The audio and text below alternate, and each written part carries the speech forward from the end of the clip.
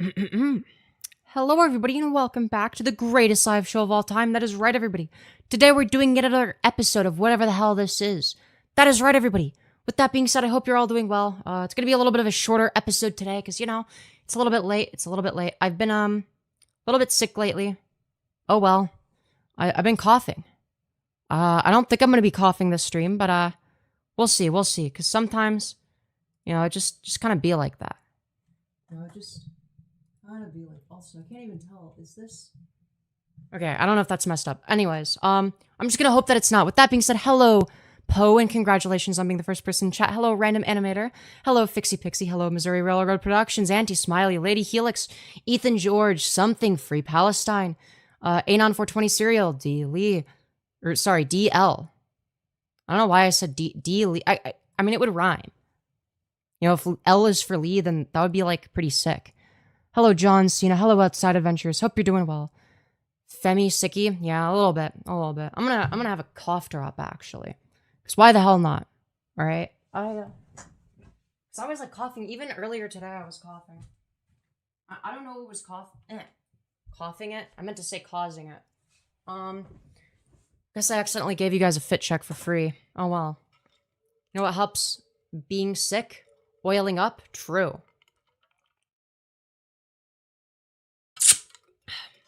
Did you have a nice nap? You better believe I did.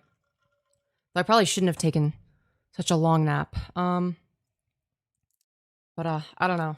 It's just sometimes I just feel the need to catch up on sleep. But yeah, hello, Tubian. Hello, Abda Razek. Hope I pronounced that right. You need to chain smoke a pack of cigarettes right now? True. That would fix everything, actually. Alright. Chain smoking fixes all your problems. Are you going to talk about Charles Kirk? I talked about him last stream. Do you know why Bunk isn't streaming? They haven't streamed in months. Yeah, I mean, they have other stuff that they do. It's not something that they are focused on, really. It's just always been a hobby for them. It's not been it's never been a serious thing for them. They're not like me where it's my goal in life is to do this as a full-time career one day if I'm lucky. Right? They have other goals, other aspirations, etc. Bro, why does that shit look laggy? Maybe I need to refresh it. Is the stream lagging on your guys' end? It better not be. I'm gonna be very sad if it is. I hope it's only my end. Okay. Okay, wait, no, that's weird. Okay. No, I think it's okay. Yeah, it was just my end. I fixed it. Very strange, I must say. Yeah, alright. Hello, Ethan George. Good to see you again. Okay, I'm glad it's not lagging. I was gonna be very, very sad if it was. Not laggy. Good. But, yeah. How are you all doing, chat? I always talk about myself and yap. Well, I don't really talk about myself. I talk about whatever my autistic hyperfixations are, but, I never really get the opportunity to ask, how are you doing, chat? Are you guys doing good? I hope you're not... I hope you didn't get sick. Also, is that a fucking pimple on my forehead? I'm not very happy about that. Hi, Fetisios. Oh my god. It's actually your name that's Fetisios on the Discord. That's right. But yeah, hello Nico. Hello, Ma. Hello, everyone. Can you say hi to my dog, Whiffle? Hello, Whiffle. Hope you're doing well. Fuck off. Yeah, that's what I thought. Had a great day. Well, I'm glad to hear that. My little brother was on a video call with me. When I picked up the phone, he screamed, "Brother, answer the phone." I felt like a real man. Hell yeah. Hell yeah. Good to hear. Thanks for asking. No worries, Mark. Hope you're doing well. You're pretty cute. How long have you been on E? I have been on estrogen for over 2 years now. And welcome to the stream. Proud Ann Capistani. Interesting name. Hello, Cheetah Man. I'm expanding my collection of a specific type of locomotive. It's the J2 collection. I see. Fun stuff. That made sense? Yeah. Hello, Dark Reaper. I've realized you're all 5 or 6 years younger than me, lol. Wait, Ethan, how old are you? Because I'm 21. You passed pretty decently, I guess. Let's go! I'm glad. I'm glad I look at least vaguely female sometimes, you know? Oh, so you're 26, okay. To be fair, I don't view 26 as that much older than me. I don't know. Because I feel like when I'm 26, I'm gonna be like, am I that different? Like, yeah, I'll be different, but like, you know, it's not gonna be anything crazy. Hello, David. Hello, Rose the Tea Girl. Oh my god, fellow tranny in chat, let's go. Very based. Hello, Femboy Stormtrooper. R.I.P. to, I don't know who Melissa Hortman is, her husband and their dog. But, yes. 21 to 26 feels like a huge difference. I don't know, I feel like that's like young people take. And I say this as somebody that's 21. Yo, thank you, Chris Reed, for the 2 saying, you look like Paige from Degrassi. I don't know if that's a good or a bad thing, but thank you regardless. How is your boyfriend doing? I don't have a boyfriend. You're stunning, OMG. Well, thank you, Ashton. I appreciate that. Voice pass is good, but face could use like maybe a bit more makeup or something. I don't know. Or just more time. I don't know how it works. Yeah, I don't know very much about makeup. All I know how to do is, you know, plucking my eyebrows, which I haven't done in a while because I'm growing them back out so I can reshape them. And mascara. That's the only thing I know how to do. And lip gloss, I guess. But does that really count? I don't know. Charlie Kirk did not hate you. Well, that's just not true. Did you see the things that he said about trans people? Or were you aware of the fact that, oh, I don't know, he specifically stated that if his own daughter got raped and she were to get pregnant, he would force his own daughter to carry the rape baby to term. He unironically has said that. Not even joking. Anyways. Oops, sorry, I remember seeing him on your live, my bad. Are you talking about Bunk? We were never dating. We did flirt with each other a lot. I guess you could say we were, like, friends with benefits, if that's who you're talking about. Anyways. I have a question.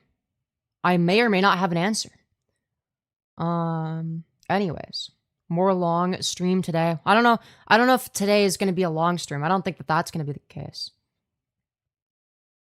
Yeah, because abortion is a sin and a terrible thing. I think being forced to give birth to rape babies is like a terrible thing.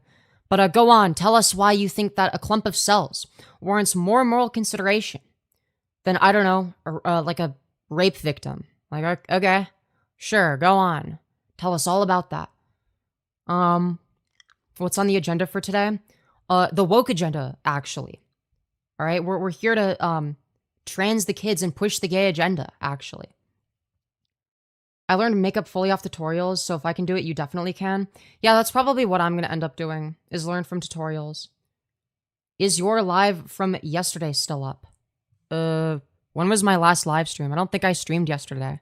So, no, because I didn't stream yesterday. Are you talking about the one from 2 days ago? Where I talk about Charlie Kirk? Yeah, that's still up. Of course that's still up. How could it not be? What is your thoughts on Charlie Kirk's death? Look, I'm not going to Fed post on man, alright? That's all I can say. Trumpster Bob should be the very first test subject to make men be able to give birth. True. Very true. Very, very true. Quick question, no hate towards you. If abortion isn't murder, why, then why, if a man murders a pregnant lady, why is it considered double homicide? I don't think it should be.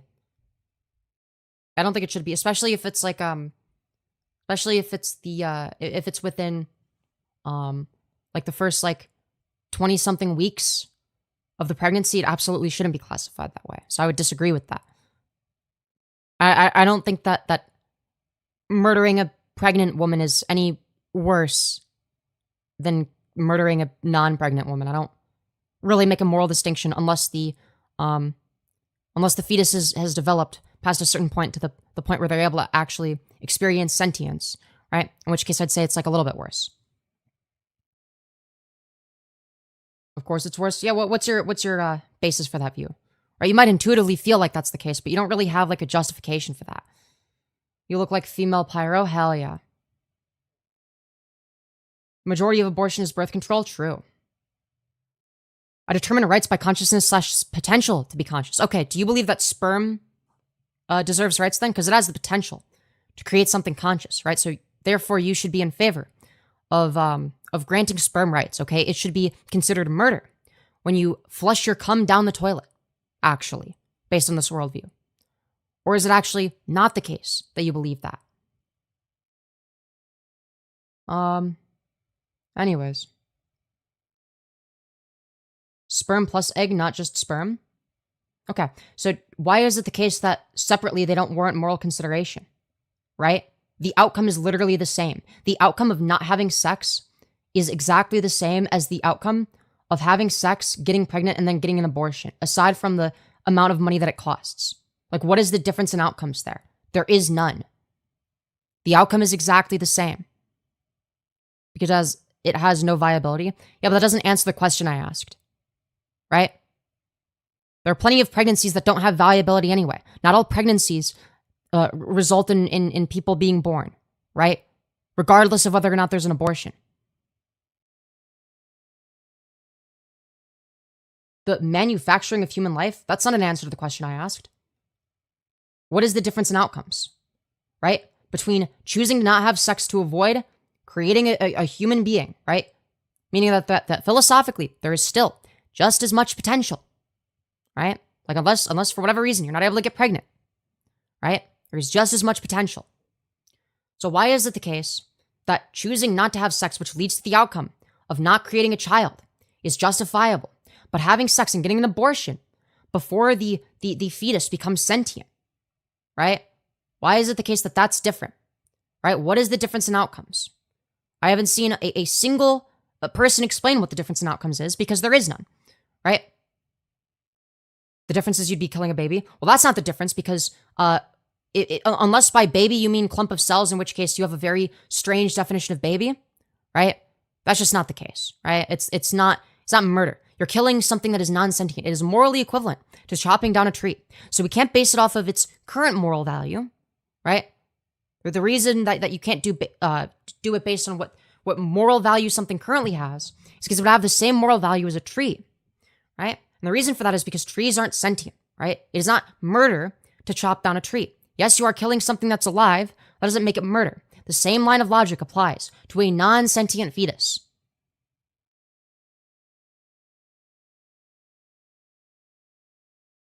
Anyways. Kind of wild to compare the two. Incredible counter-argument. I like the part where you don't engage with anything I just said. You're just like, well, but you're wrong because I don't like the comparison you made. Like, okay. I see. It's definitely sentient? Well, no, you're just like wrong about that, right? Like within the first 25 weeks, it's definitely the case that it's not sentient, right? This is the scientific consensus on the matter. Do you know better than all of the medical professionals that have come to a consensus on the matter? So when is it murder? When it becomes sentient. At what point does a quote-unquote baby become human? What do you mean? The question is not whether or not it's quote-unquote human, right? Being human in of itself doesn't warrant moral consideration. For instance, if somebody is brain dead, right? They are still human. They are still alive, right? But it's not immoral to pull the plug on the brain dead person because they're not really a person anymore. We wouldn't ascribe personhood to them. Why? Because they're not sentient. They never will be sentient either, right? So in of itself, being human is not the criteria that we could look at, right? Anyways. Would you eat meat for $1 million? Yes, I would do a lot of things for $1 million. Anyways. There's too many people on here. I disagree. It boosts me in the algorithm. Double tap to smash like if you haven't already. All right, we're currently streaming in front of 246 of our closest friends and family. We only have 30 likes. Chat, can we fix that? Double tap to smash like. It's free. It's easy. There's no logical reason not to do it. I'm just saying. Anyways. But trees will never become sentient. Yeah, so I already destroyed the potentiality argument, right? So like a sperm can be used to impregnate a woman in order to become a sentient person eventually, right? But we wouldn't grant the sperm moral consideration. We wouldn't grant the egg moral consideration. So again, your potentiality argument falls flat when you just, I don't know, do the most basic sperm reductio. Charlie Kirk would have schooled you on this topic. Well, that's not true. Charlie Kirk is not a very good debater. Charlie Kirk is known for specifically going out of his way to debate inexperienced, non-media trained college students. Now, granted, I'm not media trained either, right? But I would do much better than the average person against somebody like Charlie Kirk, who is media trained, right? And considering how much wrong shit he says, and considering the fact he doesn't have like a real philosophical foundation for what he believes, because he wouldn't be able to actually justify why he believes the things that he does. He would lose. He would get fucked. He would not beat me in a debate. You don't have an opinion on this as you don't have a uterus. Ah, yes, because the correctness of an argument is contingent upon whether or not you have a uterus. Very good. Very good. Glad to see that you're very logical when it comes to your thinking abilities. He refused to debate people like Dean Withers. Yeah, look, there's a reason that he refused to debate Sam Cedar. You know, if Charlie Kirk was such a good debater, why did he never debate Sam Cedar?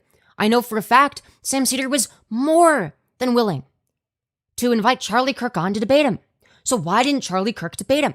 Well, the reason that Charlie Kirk didn't debate him is because he was a fucking pussy, and he knows that he would get blown the fuck out in a debate with anyone that's competent.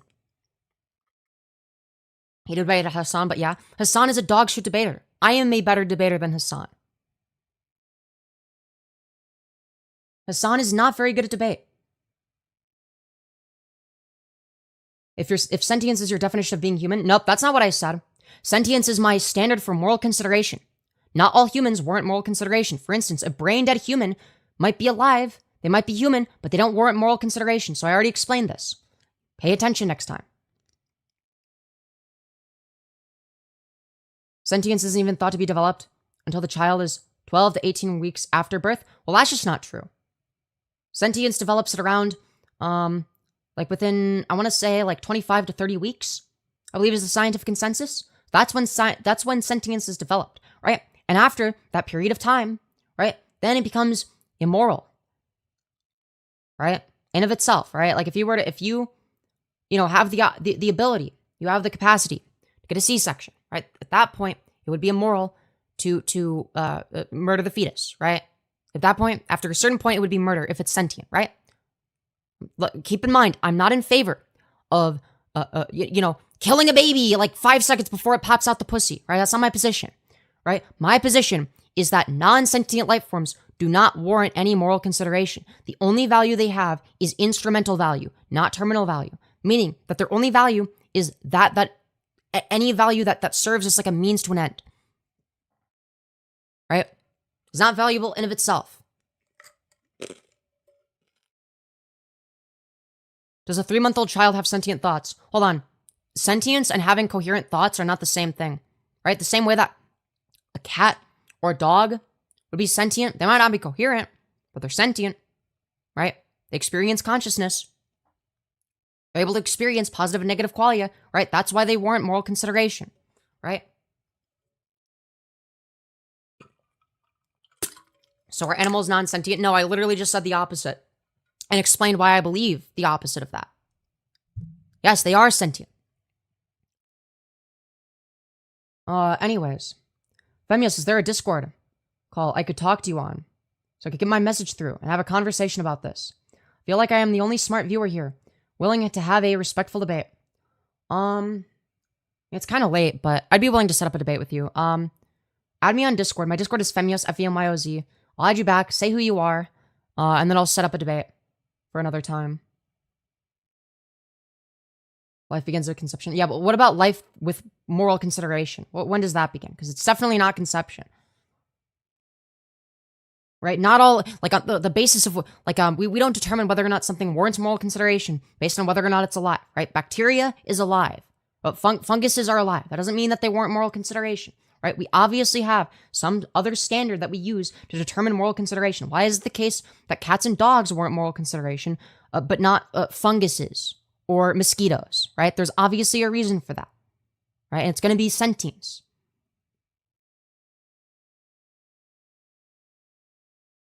– Explain what is right about killing a living thing. Yeah, if it leads to more positive than negative outcomes, then yeah, it's going to be good. Not all living things warrant moral consideration, right? So like, for instance, every time you wash your hands, you are killing bacteria. However, it is morally good to wash your hands so that you don't get sick and you don't get other people sick. So that is a net positive. It doesn't matter that you are killing bacteria in that case. It's not like a moral wrongdoing there, right?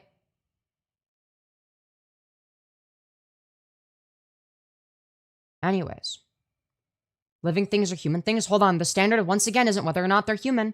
I already explained this. A brain-dead human that is alive, but they're brain-dead, right? We don't grant them personhood. And the reason is because they're not sentient. It is not immoral to pull the plug there. They don't have any conscious thoughts or experiences. So we don't determine the morality of engaging with them based on whether or not they're human. Is all sex moral? No, rape is immoral. Like, what do you mean, is all sex moral? No, like, sex with a child is not moral, for instance. It's wrong to do that. It's wrong to rape somebody. Right? It's wrong when it causes harm, essentially, is what it boils down to. I had an abortion. It was very awesome and very good for me. Well, I'm glad to hear that, neighbor. Very, very glad to hear that. Anyways. We are all Charlie. This is true. Anyways. Is murdering a person for having opposing beliefs moral? Holy pivot. That is a crazy pivot from the conversation. Morality, leftists are atheists and have morality. Well, that's just not true. You can believe in moral statements. You can even be a moral realist while being an atheist. So you're just like wrong about that. There are plenty of moral realists that are atheists, right?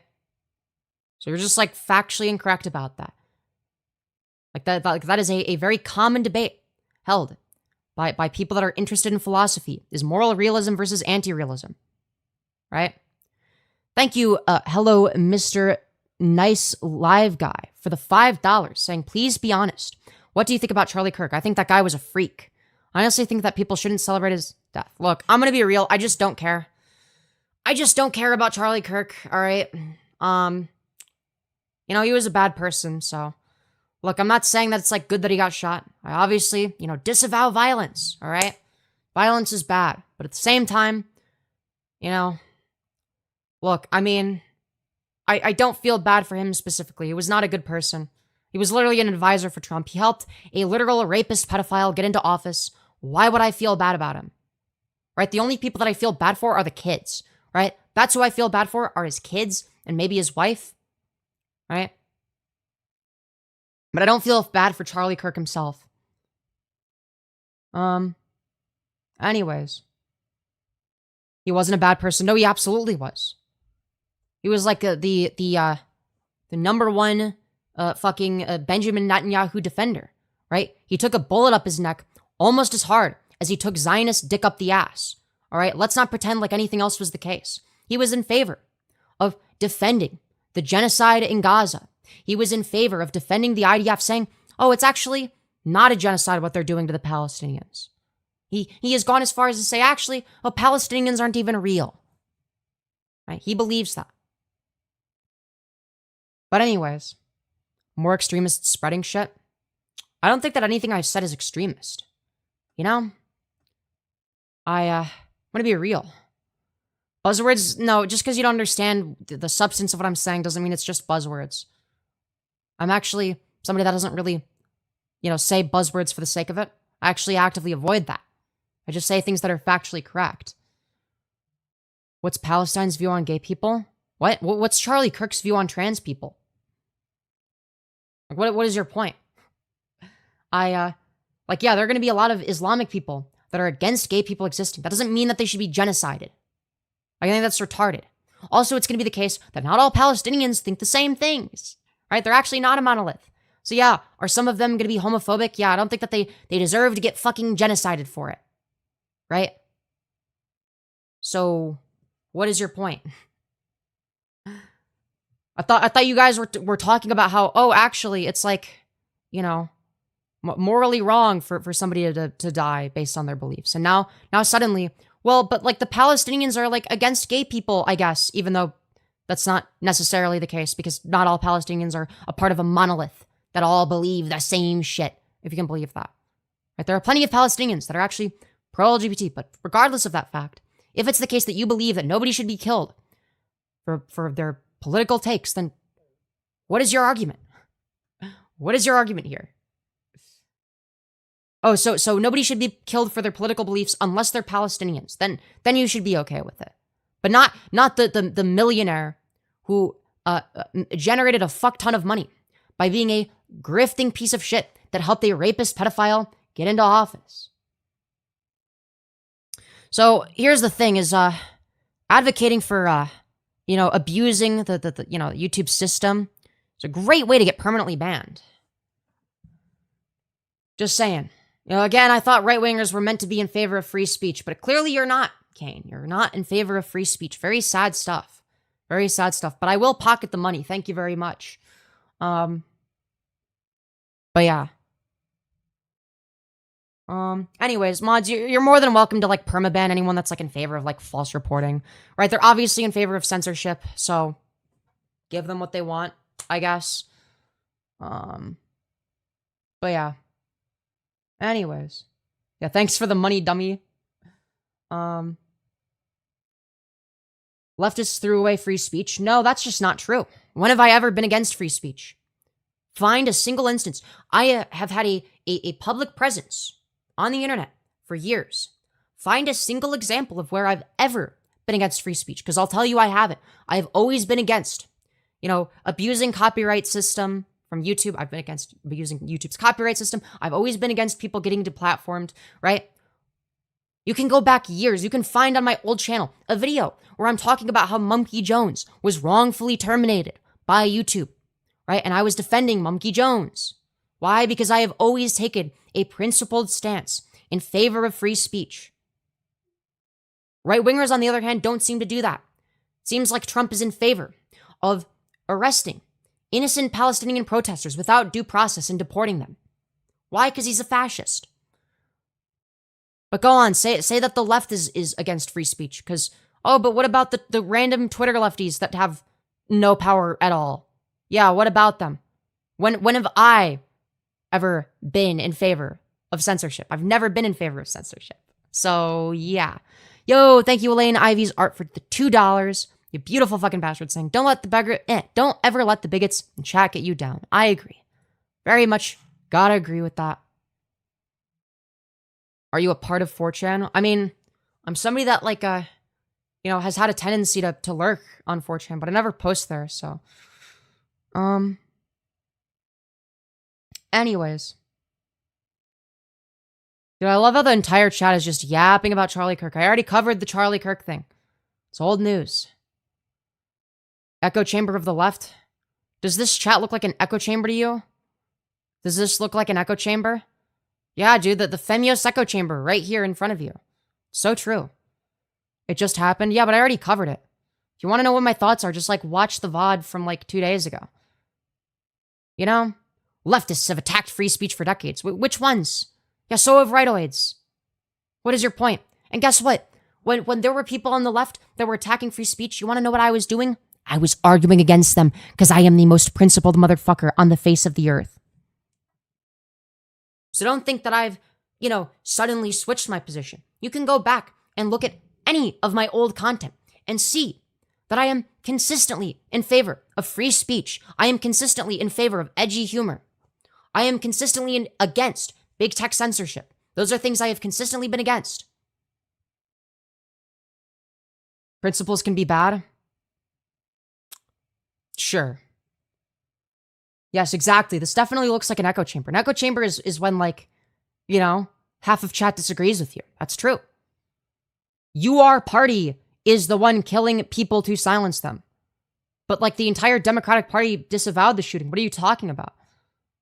If we're talking about political parties, that's just not true.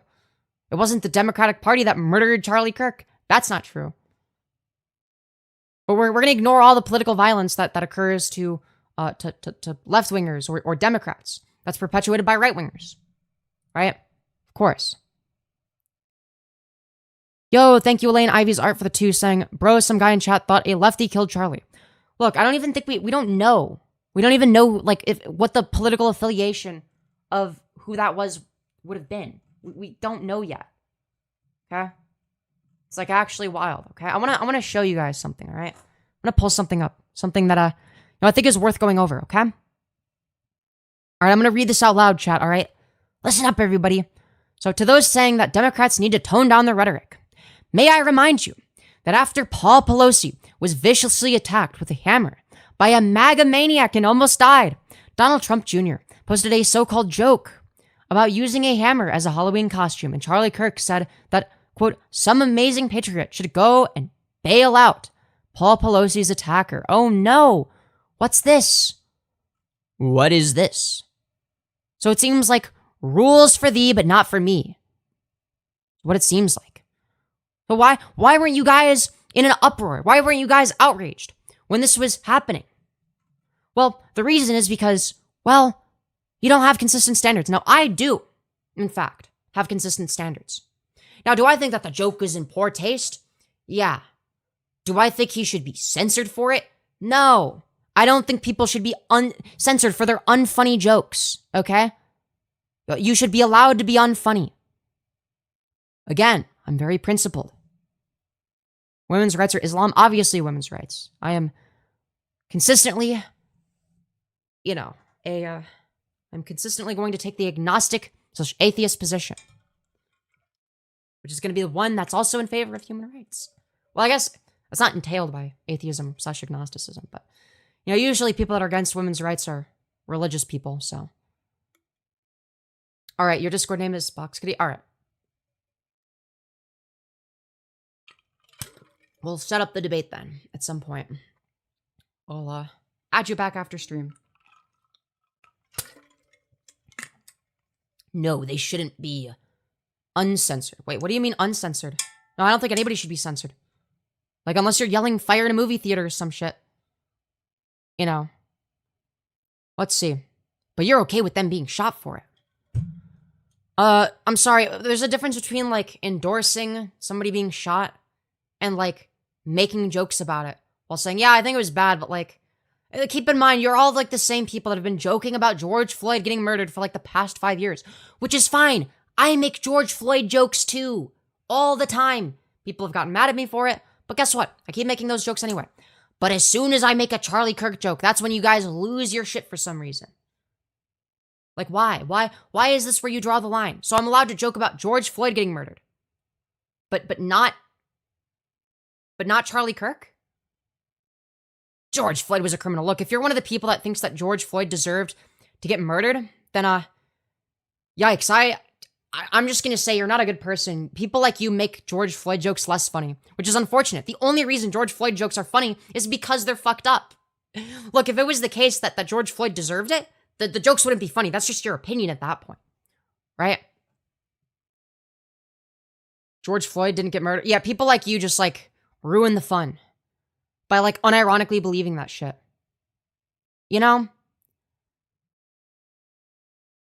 George Floyd died of an overdose. Wow, he magically died of an overdose. After, being suffocated by Derek Chauvin's knee for 7 minutes. Wow, what a crazy... Dude, he overdosed on cop knee. Yeah, he just overdosed on cop knee, chat. Very sad stuff. It's like JFK jokes. No, literally. It's like people are fine with 9/11 jokes, JFK jokes, George Floyd jokes. But as soon as we make jokes about Charlie Kirk, no, that's too far. You're not allowed to make edgy jokes about the person that I like. Either all of it's okay or none of it's okay. But you don't get to sit here and moral fag after making jokes about George Floyd or making jokes about, Paul Pelosi after he was attacked with a hammer.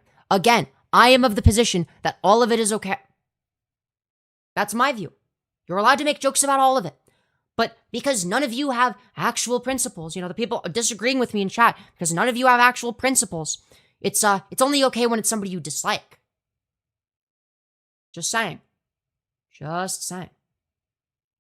What was your joke, bro? I constantly make jokes about George Floyd and fentanyl. Like, I don't know what you're on about.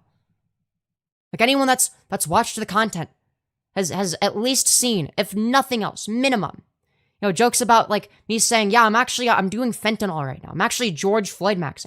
I constantly make fentanyl George Floyd jokes. I make George Floyd jokes all the time. You want to know why they're funny? Because I don't believe that George Floyd deserved to get murdered the way that he did. It wouldn't be funny if I thought that the way things went down was correct, right? Thank you, Chris Bowman, for the 5, saying, do you think we can land reasonable reform without Civil War 2.0? I certainly hope so. I really hope so. I'd like to think so, but I don't know. I don't know.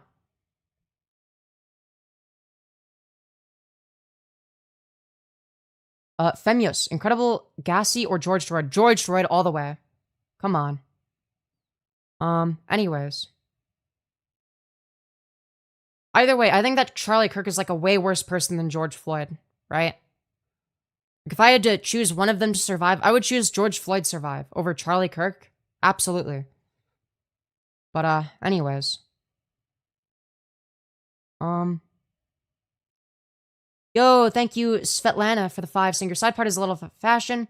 Especially with the lack of volume. Just try a middle part. With some framing, you'd look crazy good. Look, I've tried middle parts, but they look terrible on me. They always look terrible. So what I always do is I just sort of do this. Right? I don't know why there's like not as much volume today. I think I just didn't put enough product in it. I like barely put any product in it today, and I think that's why. I think that's the underlying issue here. But yeah, I don't know. It just doesn't, my hair doesn't like cooperate. I don't know. I look really bad with it, like a side part, or sorry, a middle part. I've tried it. It doesn't look right on me.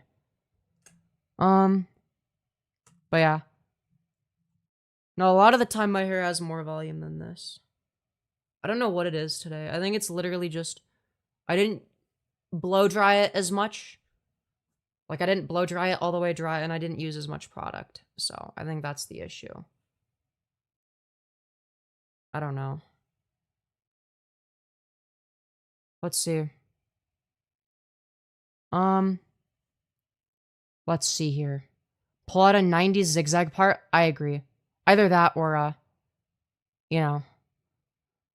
Facts don't care about your feelings, so don't feel bad for him. Yeah, it's like, dude, why would I feel bad for Charlie Kirk? Need bangs? Yeah. Well, I didn't want to get bangs straight across, because then that makes your face look more square when you do that. You gotta have them, like, going, like, diagonally, sort of. You know? You need, like, the diagonal here. Bro, my hair grows so fast in the front. It's not even funny. It's actually kind of fucked. Anyways. I'm on no one's side. It all goes to the shadow government that has a child trafficking ring and a sex trafficking ring. You know what? Fair enough. I love your hair. Well, thank you. My hair is pissing my mom off. Yeah, fair. Fair, honestly. I don't even know. Does my hair look good today, chat? I don't know how I feel about it. It's like kind of fucky. I don't know why it's so fucky wucky today. It's like not been cooperating. Especially, dude, on this side, it like never cooperates though, to be fair. But it's like not cooperating on either side. Like, it's so annoying. Anyways. Don't wish death on no one. It's like, dude, I swear to God, these people be arguing against the voices inside of your head. Do you know who Milo Yiannopoulos is? Yeah, isn't he like a pedophile or something? I don't know. That's like, he's like a right-wing pedophile that like, I don't know. Or like he covered for a pedo, I think. He did something like that. Need more hairspray. Yeah, I guess I just didn't put enough hair product in it. I didn't use hairspray. I only used like a little bit of mousse. But it was like the end of the bottle, so it was like kind of fucked. So I think that might be why, is because it like, I don't know. Hi, you have a really nice voice. I hope you have a good afternoon. You too, you too. Real question, what do you think the meaning of life is? I think it's whatever we ascribe meaning to, right? I think we just decide that.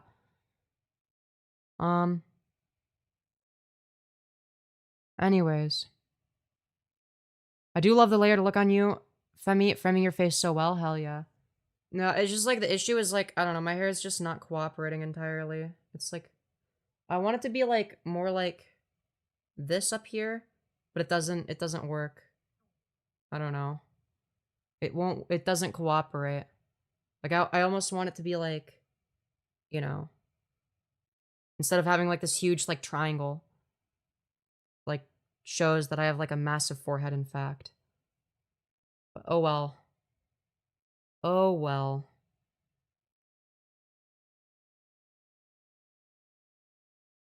It's really not worth it. Watch President Sunday's video on the matter. He makes sense. I heard people trying to get people kicked out of schools for disrespecting their martyr.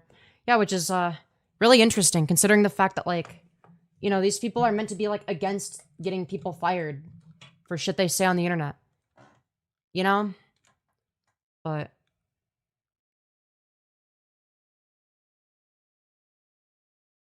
yeah, anyways. To be fair, it's like definitely be more careful if you're the type of person to like put your info on the internet or whatever. Here, I'm gonna watch President Sunday's coverage. President Sunday. We love President Sunday. Alright. Yeah, no, these people are actual snowflakes. Okay, 2 days ago from President Sunday on the President Sunday Prime YouTube channel. I'm so excited. Yay.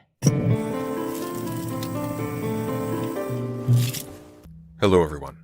In this video, I want to talk about Charlie Kirk and about us as leftists. Yay. There are a lot of people who hate Charlie Kirk and who are myself included happy that he was murdered. I understand this. The Republicans have made their entire platform the targeting of innocent people and minorities. True. Charlie Kirk would have understood this too because Charlie Kirk hated. His last words on this earth were a dog whistle against non-white Americans, couched against transphobic fear-mongering. True. He infamously, with some other conservative hacks, came out publicly with a bold stance against empathy itself, which he claimed. Yup. Quote, I can't stand the word empathy, actually. I think empathy is a made-up, new age term, and it does a lot of damage. So guys, you are all disrespecting Charlie Kirk's legacy. Anytime you say, oh, but you need to feel bad for him. Was a new age invention. Yo, thank you so much, Batao Crafter, for the $20. You beautiful fucking bastard. Very much appreciate it. Actual goat. Let's fucking go. Anyways. Charlie Kirk would not have shown grace off stream I meant? Well, I want to watch it on stream. To a trans or Democrat or leftist victim of the same. No, literally. And we proved that the literal opposite is true. He actually didn't. Because again, this is the grace that he showed. Right? After somebody attacked Paul Pelosi with a hammer, Charlie Kirk says that a patriot should bail them out. So, again, it's a complete double standard here. Same fate that befell him. Like, all that it boils down to is right-wingers cannot handle the type of rhetoric and energy that they've been spewing towards us for ages, being spewed back at them. That's what it boils down to. Because these are the biggest snowflakes imaginable. Because once they receive even just a minuscule fucking fraction of the amount of vitriol that they show to others, they can't handle it, right? Whereas people like me can handle it because we've been, you know, having vitriolic shit spewed at us for ages. On September 10th. So I want to be very clear before I continue. Hello, Axe. Good to see you. Nothing in what follows should be taken to imply that I think that you should feel sorry for Charlie Kirk, and I am not going to lecture people for expressing a lack of empathy for this man. What I have found disturbing, however, is the way in which so many leftists have reacted to this event with a kind of glee, a kind of superficial, insincere glee. Look, all I'm going to say is if it's sincere, I mean, you know what? I don't want... am I allowed to... Never mind. Let's be clear. What happened to Charlie Kirk does not help the left. It doesn't help trans people. It doesn't help immigrants. In point of fact, Charlie Kirk has never been so useful to the right-wing's persecution of trans people and immigrants and pro-Palestine activists as he is now. Okay. Alright, I think I know where he's going with What this. happened on September 10th may well portend an intensification of violence against all of these people in America. Oh, absolutely. They are going to use it for that, right? But I think that sometimes we got to match their energy, you know? It's not like they're going to like no matter what, they're going to blame the left, right? So we may as well match their energy, right? Because again, it doesn't matter if we play nice or play by the rules or if we engage in limp dick civility politics bullshit, all right? No more limp dick liberal cuck shit, all right? All right, we are done being limp dick liberals, okay? We need to become giant erection leftists, okay, chat? We are giant erection leftists over here on the Femyoz YouTube channel. No more liberal limp dick bullshit. No more civility politics. We are gigantic erection dick leftists. That's right. Yeah. And there is no reason to think that this intensification will somehow backfire and result in some kind of strategic gain for progressives. Accelerationists who imagine ways that the rapid escalation of right-wing policies will somehow yield the resurgence of the left are just coping. They are that is true. Coping with the current horribly disadvantaged position of the left through sheer correct. Absolutely. No, all my homies hate accelerationists. Magical thinking. In fact, what has happened is that the Trump administration has been granted the ideal conditions to impose martial law, or some other draconian intensification of its persecution of the aforementioned marginalized populations. So, when people are expressing joy at what happened to Charlie Kirk on social media, they are expressing joy at what will very likely, in fact, end up being a powerful tool for their own oppression, which leaves the expression of cruelty for I'm not sure if this is true. I think that they're going to press this no matter what. It doesn't matter if we, come out and celebrate or disavow it, right? No matter what, they're going to blame us, right? So I don't entirely agree with Sunday's perspective here, simply due to the fact that no matter what, they're going to weaponize it. No matter what, they're going to say this is what the left wants, right? It doesn't matter what the reality of the matter is. It doesn't matter if we play nice because they're not honest actors, right? The problem with what Sunday is saying here is it entirely presupposes that the right wing consists of honest actors, and it doesn't. The people that are controlling the narrative for the right wing, or no matter what, no matter how we respond, going to say that this is the result of leftism, and that's what they've been saying before anybody had even a second to react. As soon as it happened, they were already blaming leftists. So it doesn't matter because no matter what, they are going to blame leftists, right? And no matter what, there's going to be people that celebrate. So I don't know how I feel about this. What about my optics argument? Right? I don't entirely agree with Sunday. I get where he's coming from, but its own sake as the only motive. Charlie Kirk doesn't exist anymore. He doesn't care if you're happy that he's gone.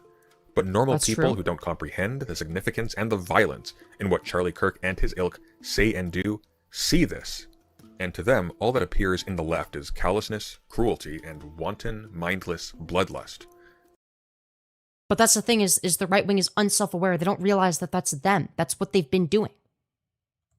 Nothing about this helps us. But that's not what I'm concerned about. But again, I think that whether or not people disavow it or celebrate it or whatever, I don't think that that's relevant. I don't think it's a relevant variable here. I think that's what Sunday is missing. I don't think that it matters whether or not the people on the left are celebrating or not. It doesn't matter how many leftists come out and say we disavow. It doesn't matter that all of the Democratic politicians came out and said, yeah, we disavow, that it's very tragic what happened, right? It doesn't fucking matter, right? Because no matter what, they're going to select for, here's the, the left saying, these horrible things about this innocent man, right? That's how they're going to frame it no matter what. It doesn't matter. They don't care about being honest. Fine. Act unstrategically. Vent your feelings without any regard for how your oppressors will use them against you. That's your right, and I can't stop you. But again, this presupposes that the oppressors are honest actors. They're not. They are not honest actors. If you don't say it, they will claim that you say it, right? At no point in the live stream have I ever said. At no point in the live stream have I ever said that I support the assassination of Charlie Kirk, right? I've never said that, right? But at the same time, people jump to conclusions anyway. You will see random conservatives show up in chat and get mad that I didn't disavow his death hard enough, I guess.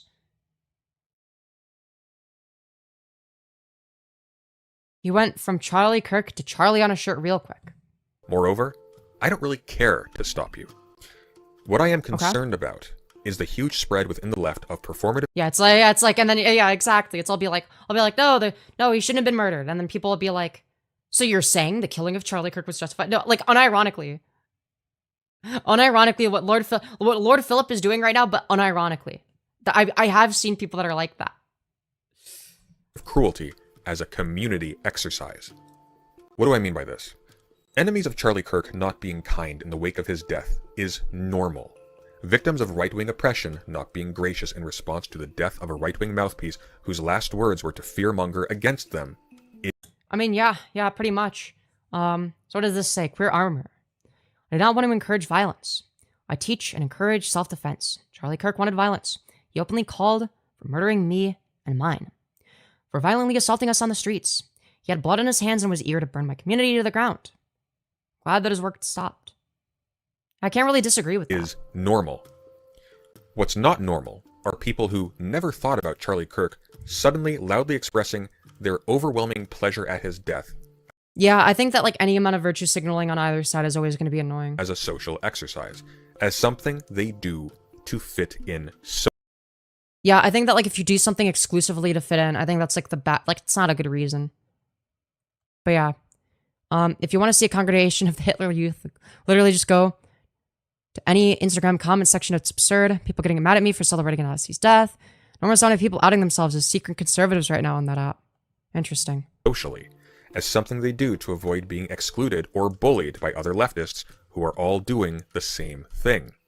There's a rather humorous and convenient example in the... See, but that's the thing is I'm of the position that like, I don't know, like, I just don't care, you know, like that's my position. I just don't care about any of this, you know? Case of Bad Empanada, whose community is one of the worst for this. In the wake of Charlie Kirk's death, when Bad Empanada suddenly realized that his own community's learned habit of Fed posting might result in penalties against his channel as social media companies react to the news, posted this, quote, "Most of you are adult children who think about politics like it's a cartoon. You do not perceive of anything as potentially having actual consequences. This is a major political action that will have major political consequences, not an isolated instance of an immoral person getting what he deserved.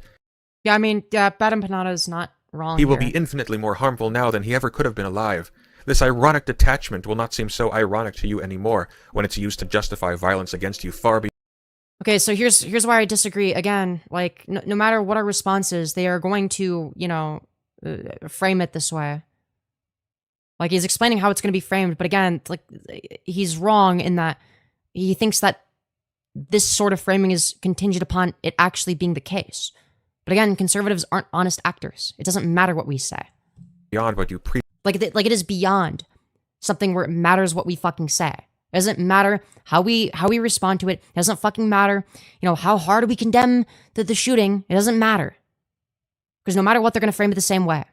This idea that they would need some like level of honest interpretation, that our opposition is going to be honest about it.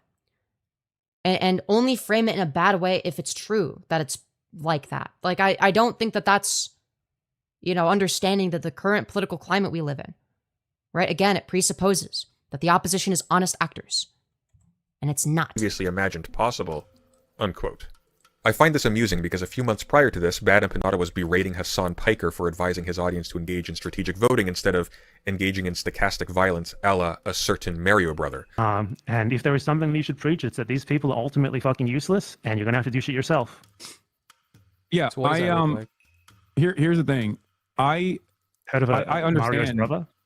Months prior to this, he had also Show us one video where Charlie Kirk calls for violence. I don't even need to show a video. I'll just show you like a direct one-to-one comparison. Charlie Kirk says a patriot, quote unquote, should bail out alleged Paul Pelosi attacker. Right?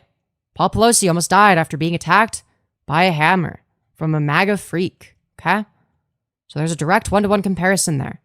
So yeah, it's clear that he's in favor of some level of violence. Let's not pretend otherwise. You're delusional if you think the contrary. also accused me of being a Zionist when I pointed out that there could be similar consequences to what Bad Empanada is pointing out in this post when he was at the time encouraging his audience to do the same thing to the visiting Israeli Prime Minister.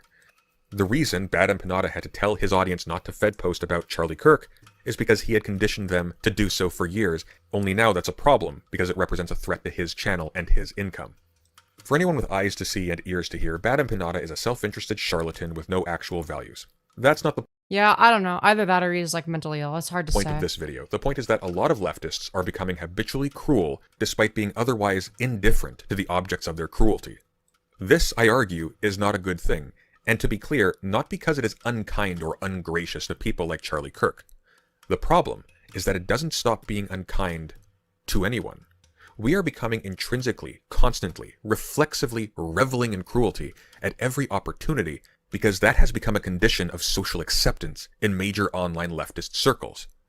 He might have a point here. That could be the case.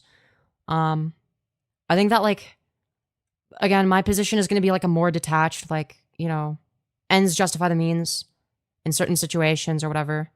Or, like, this doesn't seem like a huge moral harm, whatever it may be, or this is being blown out of proportion, whatever the case may be, right? But I'm not somebody that ever is, like, you know, saying, like, I'm not, like, making, like, I'm never going around, like, you know, Fed posting on Maine. You know what I mean? I'll say that. Not just leftist circles, to be clear, but also leftist circles. I probably don't need to explain this, but there is no basis in leftist theory or history for valorizing jumping for joy at people getting murdered, when literally only bad things for us are going to come of it. So yeah, I think that there's, like, a difference between, like, that being, like, somebody's natural reaction versus, like, a performative, hey, guys, look at how much I also hate Charlie Kirk type of thing, right? I think that people should be allowed to have whatever reactions they want, right? Just don't, like, I don't know, be obnoxious about it. Don't, like, you know, moral fag, oh no, like, how dare you make an edgy joke that's fucking hilarious? Like, I don't know. why are we like this? The reason why performative cruelty has not just been normalized in leftist communities online, but has also become a condition of being accepted and included in them, is not. Yeah, I don't know. Look, here's the thing. I feel like my community is disconnected from other leftist communities for a reason. I feel like a lot of other leftist communities are very toxic. I feel like mine is sort of like an exception. We're just, like, extremely autistic. You know what I mean? But you know, we allow for not that other leftist communities don't, but we allow for quite a bit of disagreement. We allow discourse, obviously, and most importantly, you know, we allow people in the community, regardless of whether or not they agree with us, right? Because major leftist activists and theorists who have actually accomplished anything recommended that as a course of action to us as a winning strategy, but because leftist pundits online have successfully set a precedent of bullying people who object to their own weird, violent jubilations when their political opponents suffer in order to protect themselves from any accountability for their own behavior to their audience. Their own behavior to their audience? Like, I'm gonna be real. I don't think that, like, any content creators are responsible for Charlie Kirk dying. I don't think it's a rhetorical thing. Nobody, literally fucking nobody was, like, saying, oh yeah, I think he needs to be shot. Nobody was saying that. No one was advocating for him to be shot, right? So, like, I can't think of a single YouTuber that specifically was thinking about, yeah, Charlie Kirk. Now that's who we should be targeting. Like, I don't think that that's real. And let's be clear, leftist pundits who are not really leftists themselves are not held to any standards by their communities. Vosh is a sexual harasser and a confirmed pedophile. True. Destiny is a violent psychopath and a sex abuser. Bad Empanada True. Very true. is a two-faced poser who changes his positions whenever it suits him. Hassan Piker's house is way too expensive. Noah Samson's mustache is far too sexy. The So base. list goes on. The point is that this performative cruelty not only lacks any strategic value, we have been led into a situation in which we do it reflexively. He's not a pedo at all. Then why did he have lolicon and bestiality porn on his computer? Look, I was a huge Vosh fan. And then I saw the HD images of what was in the folder and cross-referenced them, and let's just say I'm not a fan of him anymore. So, to be fair, a lot of the most performative seeming stuff is probably Instagram kids, and they're ilk hopping on the latest edgy meme. No, literally. Like, it's just like edgy shit posting, and people are like making it like a political thing. When it's like most people on Instagram that are doing that are like 14 years old, and they just like to say things that are edgy because it's cool, right? Like, it's not like a politically, it's not like some principled, politically coherent ideological view, right? To avoid negative judgments by other leftists who are also doing the same thing. Okay, to be fair, I do think that it was a little bit pathetic that Dean Withers was crying on stream over the Charlie Kirk thing. Like, yeah, it's a bit much, right? I'd say it's performative in the opposite direction. You know? I don't know. Nothing against Dean Withers, but I don't know, dude. And the problem. Look, I don't know. He's like an emotional guy, I guess. And I guess that's fine. I'm not going to shit on him too hard for it. You know? is that this behavior I feel like, I guess, you know what? Yeah, I'm not gonna shit on it. I feel like you can react how you want. I don't know. I feel like crying on stream is like a bit much, but you know, like do that shit in private. You know, like don't cry on stream. That feels performative. will outlive the current political situation. These reflexive, cruel behavior. What do we do to Nazis and fascists? We unalive them. Who is we? I haven't done that. What would the left call Kirk, Nazi and fascist? Well, if he doesn't want to be called a Nazi or a fascist, then maybe he should stop acting like one. Like, sorry, but like, I'm not gonna like stop calling people accurate labels that accurately describe them because like, well, what if somebody else kills them? You know? Like, okay, sure. Regardless of whether they're deserved by whoever is the target of them right now, will persist into the future as habits when the situation has changed. We will start to be cruel, stupidly cruel, to other people, and not because we have reasoned that they deserve it, or because we have reasoned that there is a strategic value to doing so. No, we will do it with... Yeah, for me, I only view it in terms of strategic value. It's not in terms of like deservedness. It's literally just like a utilitarian calculus. And... right? Like, so there's going to be the utilitarian calculus of like, okay, like the event itself. I would say that the shooting is probably, I don't know.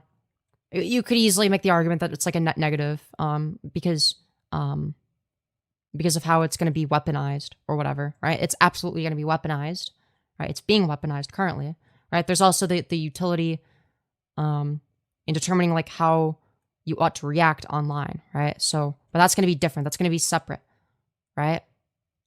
Those are gonna be two separate things. Oh, granted, I don't know. I take like a kind of like a distant, I don't really give a fuck stance, I guess. Without reasons, even despite reasons not to, because to do otherwise is to make ourselves pariahs, to make ourselves... Well, I was just literally not a pedo. I wish people would believe me. Well, here's the thing: is like that was my stance until I saw evidence that proved them guilty beyond a reasonable doubt. Isolated and persecuted by our own side. To repeat what I've been saying in recent videos on this channel, leftists need to start thinking about what people do and not what they say they are. The French philosopher Pierre Klosowski wrote something... Yeah, but you have to keep in mind, Charlie Kirk was an advisor for Trump, so I don't know if this is the line of reasoning you would want to go down. Or do you mean like, in terms of like their own actions and words? Something that's really stuck with me lately. Quote, "The means that are brought into play prevail over the meaning that consciousness gives to the pursued goal. The unconscious meaning of the goal prevails over the consciously fixed meaning." Hold on, let me analyze this. The means that are brought into play prevail over the meaning of the consciousness that consciousness gives the pursued goal. No, I disagree. That the goal is going to, or it ought to prevail, right? That's now if the means have their own consequences, then sure, but I don't know. This is very vague. The unconscious meaning of the goal prevails over the consciously fixed meaning. What is, I don't know. Unquote. Think in terms of evolution. The adaptations that allow animals to survive their environment at one time also conditions how they adapt to future changes in that environment. Correct. Whether they fly or crawl or swim or eat plants or other animals or breathe in or out of water not only determines whether they thrive in a current environment, but also what kinds of future adaptations are available to them. Life forms, organisms aren't just individual expressions of genes, they are active doings of a mode of existence. That's true. A strategy of existence that might allow them to flourish at one time and might commit them to die in another. Okay, this is true. As leftists, as materialists, we know that human beings are products of their history, and that is why the material situation of human beings is what we prioritize in our discourse and our activism. We don't This is true. seriously entertain notions like whether there are essentially virtuous versus non-virtuous kinds of spirits or behaviors or ways of acting or being. We don't Correct. entertain the possibility of divine commands or transcendent moralities according to which we must regulate our behavior. We are what we do, and we do what we are.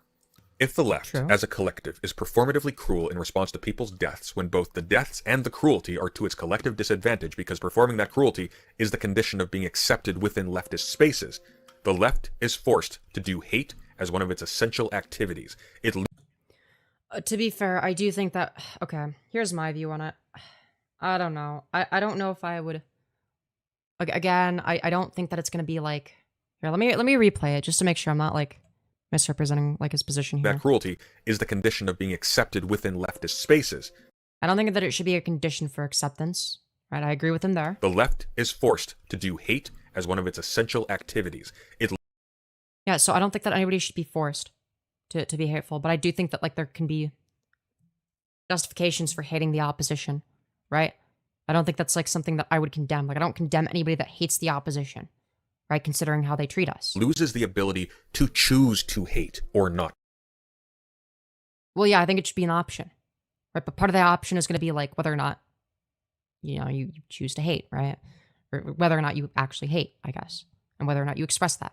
I think that you should be able to, express how you feel about it. I also, at the same time, think that like you shouldn't be like pressured one way or another, right? I think you should just, say what you actually believe.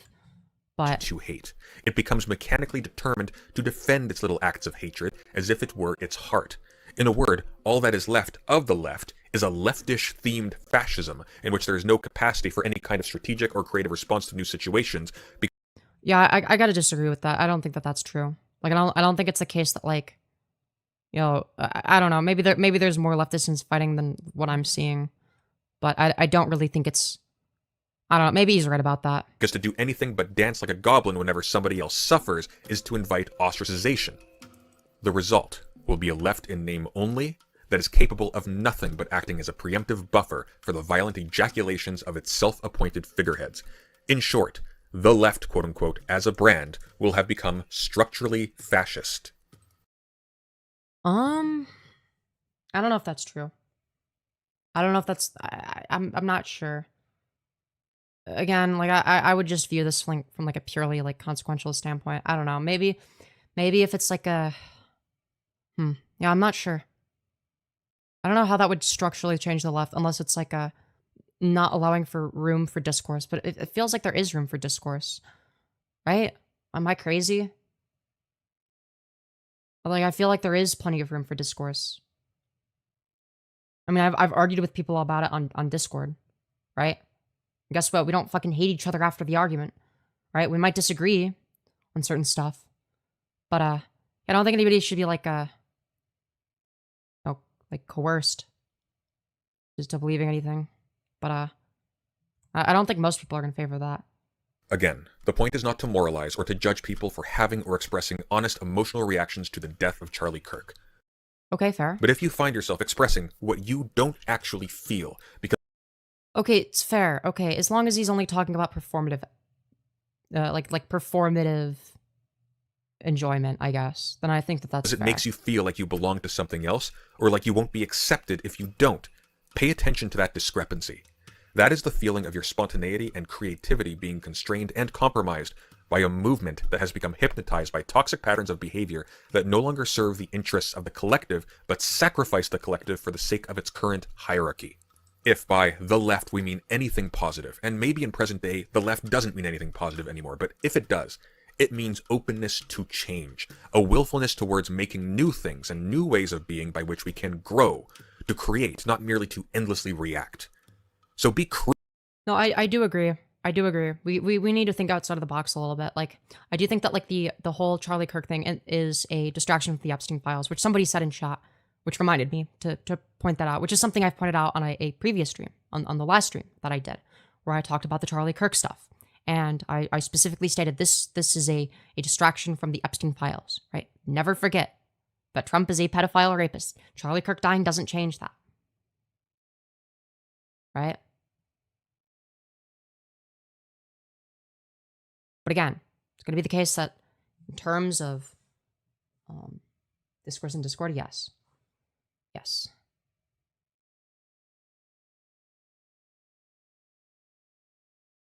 But I'm not saying that like the motivation of like the person that killed Charlie Kirk was to distract from the Epstein files. That's not what I'm saying at all. I'm saying that this event is being used by the right as a distraction from the Epstein files. They are taking advantage of this in order to distract from what we should really be talking about, which is, well, the Epstein files. Does that make sense? You can acknowledge someone promotes immoral actions without emotionally attaching yourself to the individual. Yes. You're a true lefty? Hell yeah. You like gun or no like gun? I don't really have any strong stances when it comes to gun control. Just because I don't know that much about it. Look, the fact of the matter is, I think that, like, having, like, a passionate, vitriolic hatred of the opposition can be useful, right? But I don't think it should be a requirement. I think that it should be something that is not necessarily, you know, encouraged, but I don't think it should be condemned either, right? Like, if it's the case that, like, yeah, I hate my opposition because, you know, they're trying to take away basic human rights, then, like, yeah, I think that that's perfectly reasonable. But again, I also think that a diversity of opinions, a diversity of tactics is also going to be useful on the left, right? So while there's going to be some people that are, you know, celebrating, there are going to be other people that are condemning it, that are sad about it, you know, and maybe I you know, shouldn't be making fun of Dean Withers necessarily for, like, crying about it. It's a little bit pathetic, but, like, you know, diversity of tactics, you know, because, like, again, if the right wing, like, if like a right winger who's intellectually honest, like, sees, like, just like a broad reaction from what they would consider to be the left. So that wouldn't just be like leftists, like actual leftists, like people like me, but that would also include people like Dean Withers who are liberals, right? Then they're gonna see, like, yeah, there's like a wide variety of opinions here, and these people are all, you know, like on this side regardless, of what they believe, because they have other beliefs in common that aren't that.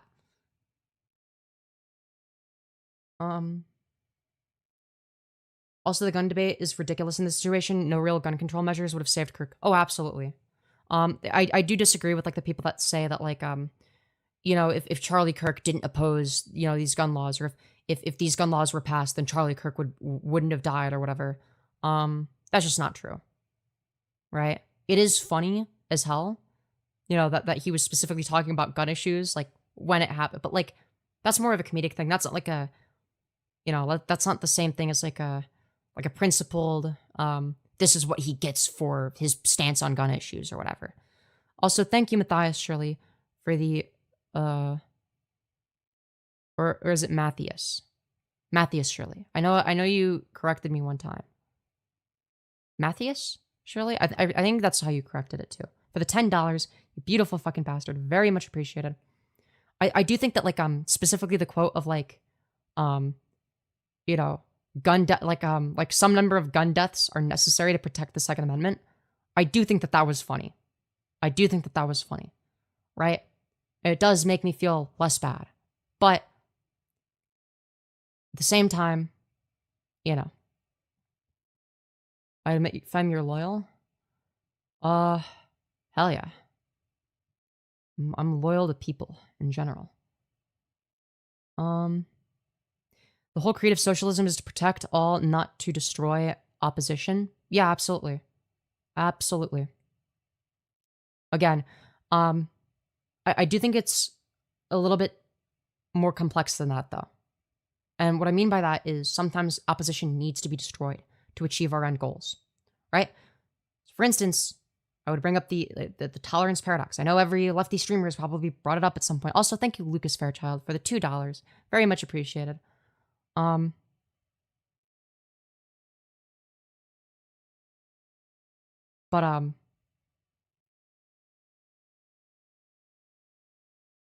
Anyways. Where was I? Right, so, like, if it's, like, if the only mechanism through which certain goals can be achieved is, like, you know, not ideal, but, like, you know, it leads to more positive outcomes, then we ought do whatever that is, right? Like, we ought do what leads to the most positive outcomes and the least negative outcomes, right? And that's sort of where a lot of my views sort of stem from, is this sort of utilitarian worldview. Also, thank you, Lucas Fairchild, for the additional 2. Very much appreciated. But yeah. Like, if it's the case that, like, you have, like, a group of people that's, like, violently anti-trans and, like, advocating for us to not exist, right?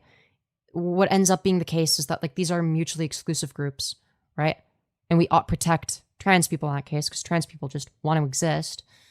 You know, Violence is sometimes inevitable. Get over it. Yeah. Yeah, exactly. If I just watched the Dean Withers video, my God, that was embarrassing. Yeah, I don't want to shit on him too hard because, like, you know, people have different emotional reactions and stuff, but it did feel very, very performative. Also, thank you, Lucas Fairchild, for the additional, too.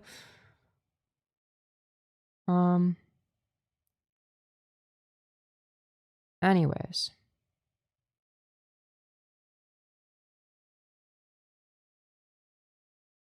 With that being said,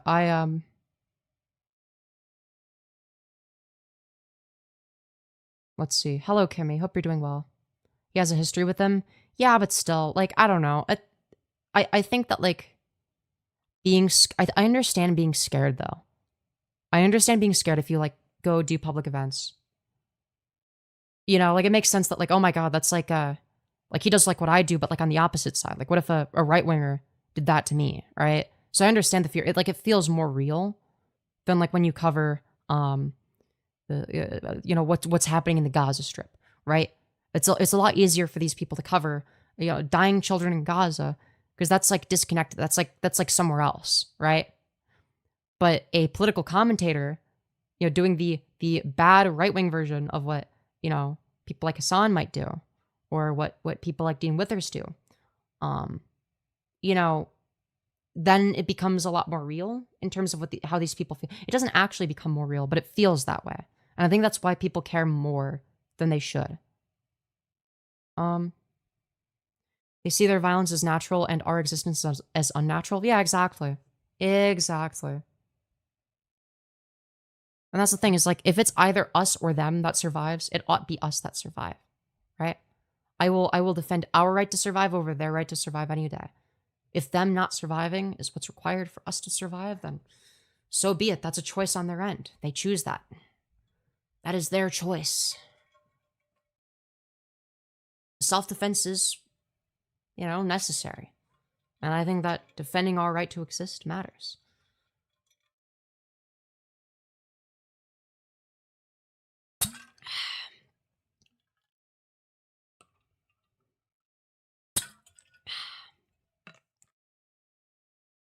Anyways.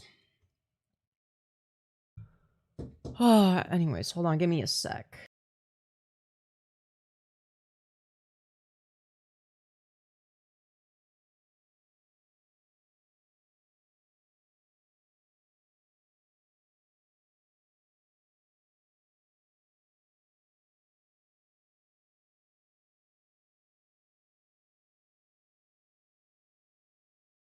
Sorry, I had to let my cat in. Anyways, where was I going with this? Give her kisses for me. She's up there. If she wants to get attention, she can come over here.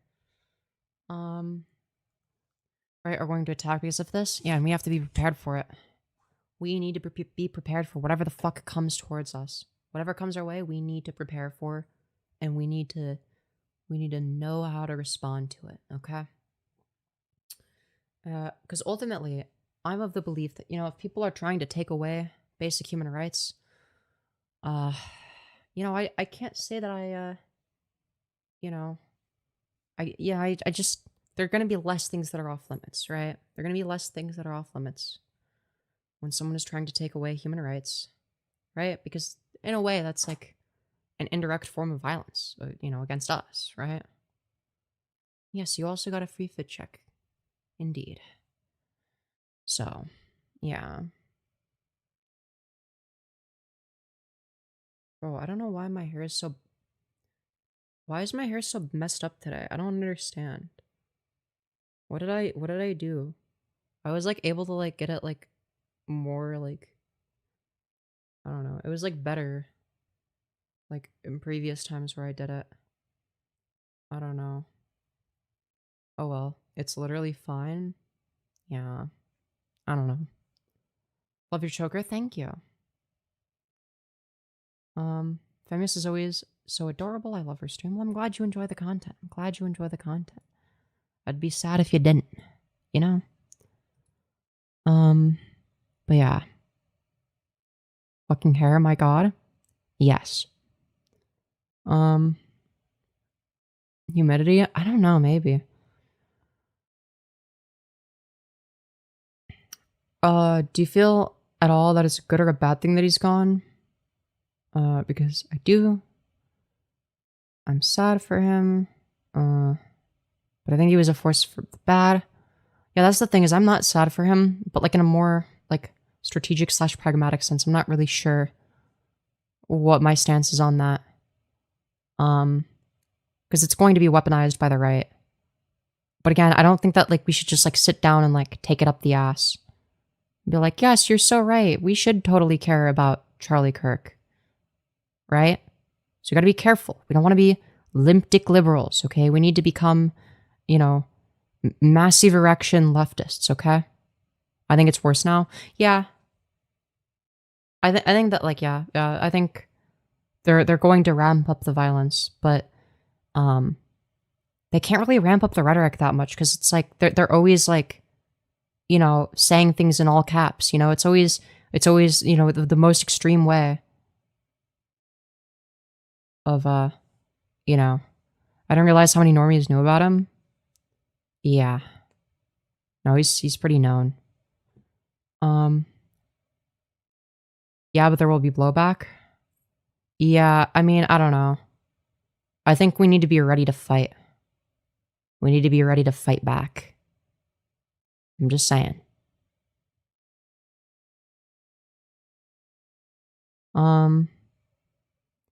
You're lost if you think he was a force for bad? What? But he was. Save our children. What? From what? Shame you couldn't be saved? Saved from what? What are you yapping about? What? Save me from what? What are you... What a weird thing to say.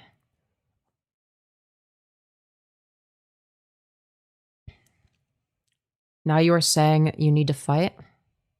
Wife, are you? What? I'm so confused. What are you yapping about?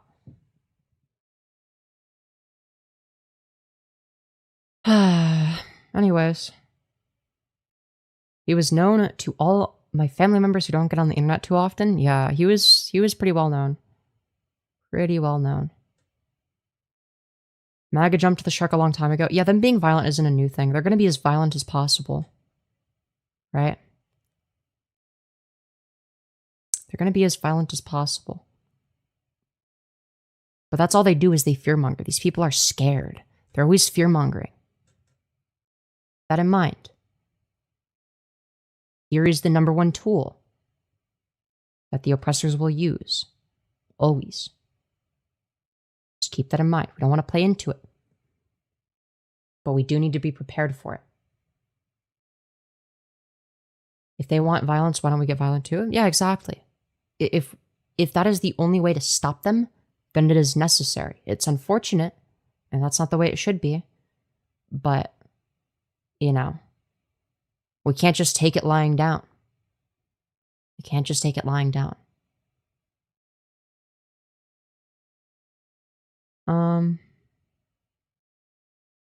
Anyways.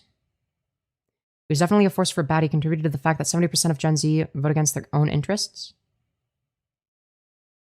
I don't think it's 70%. Is it? I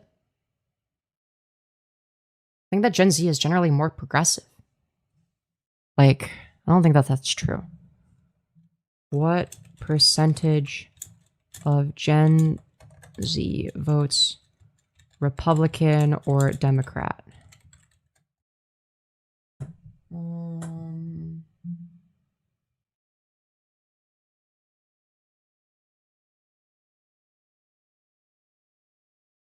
According to most recent leanings, 49% Gen Z voters reported to lean Democrat, 43% lean Republican. 2024, they supported Kamala Harris over Donald Trump by a narrow margin of 51 to 47%. 36% identify as Democrats, 21% identify as Republicans, 30% identify as independents. Okay. Yeah, I was gonna say 70% is not correct. Yeah, it kind of is like a 50-50 split off, slightly in favor of the Democrats. That's actually worse than I thought.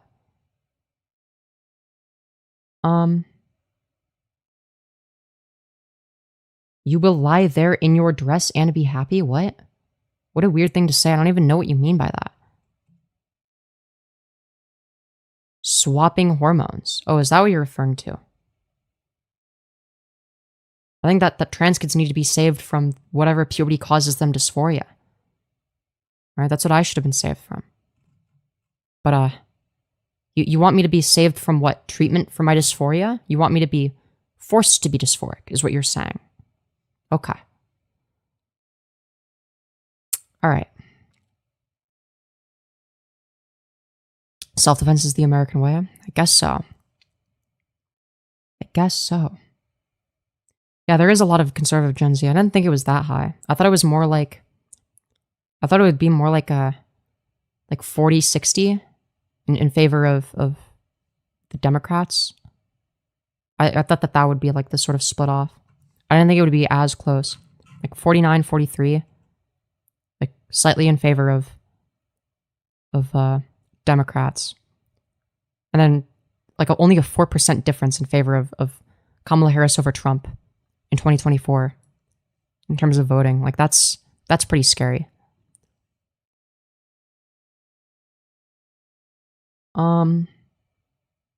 Anyways. Thank you, Lucas Fairchild, for the 2 saying, I'm sorry those stats were for Gen Z men, my bad. Men.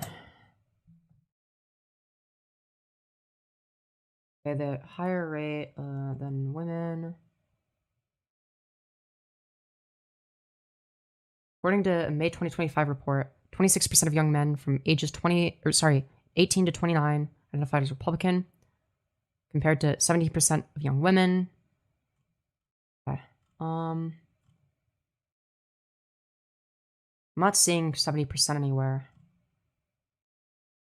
I don't know. I don't know where you got 70% from. That doesn't seem right. Apparently, 35% of Gen Z men identify as Democrats, compared to 53% of Gen Z women. That's interesting. Okay, so it's still more Gen Z men are Democrats than they are Republicans. Right?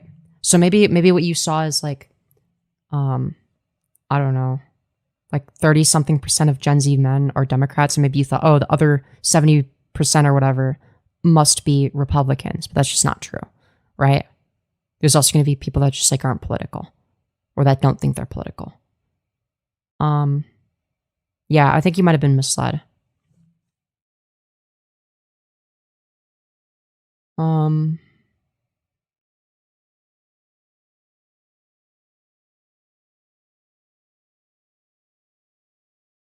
Anyways, I don't know if it's a generational thing where it bends a different way each generation.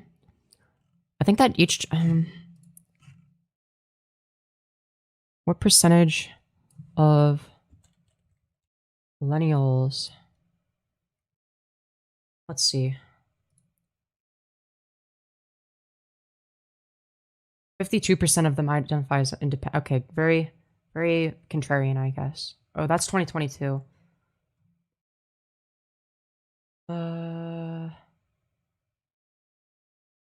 Okay, I want to know... No. Okay, well, I'm not seeing.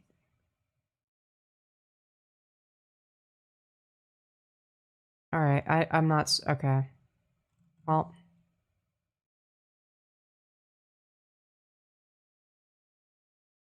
Oh, okay, we might...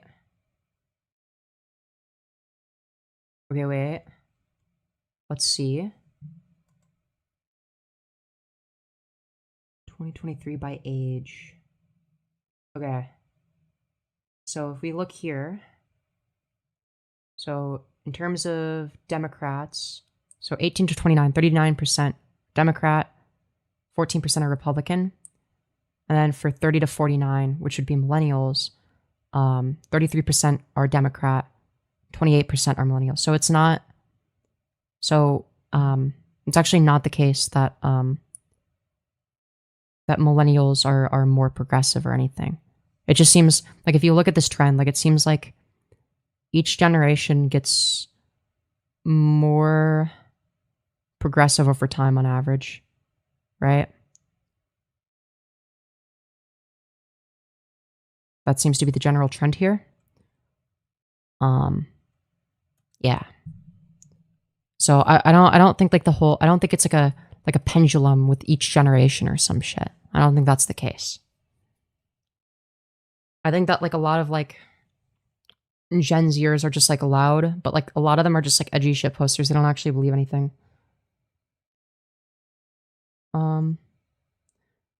The views dropping made me laugh. Never. Okay, yeah, the views drop because it's in shorts. That's how that works.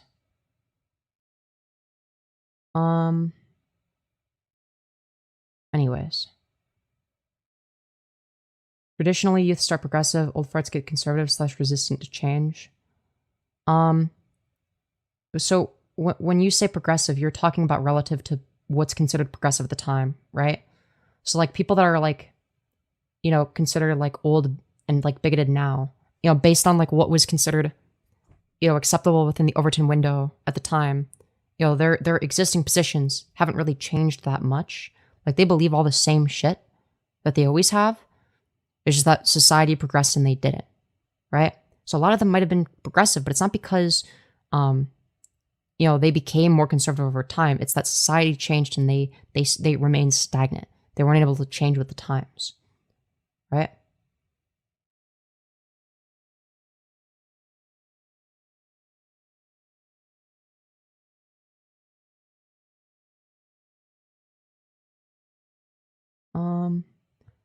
Yes, based on the current events and issues. Yeah, exactly.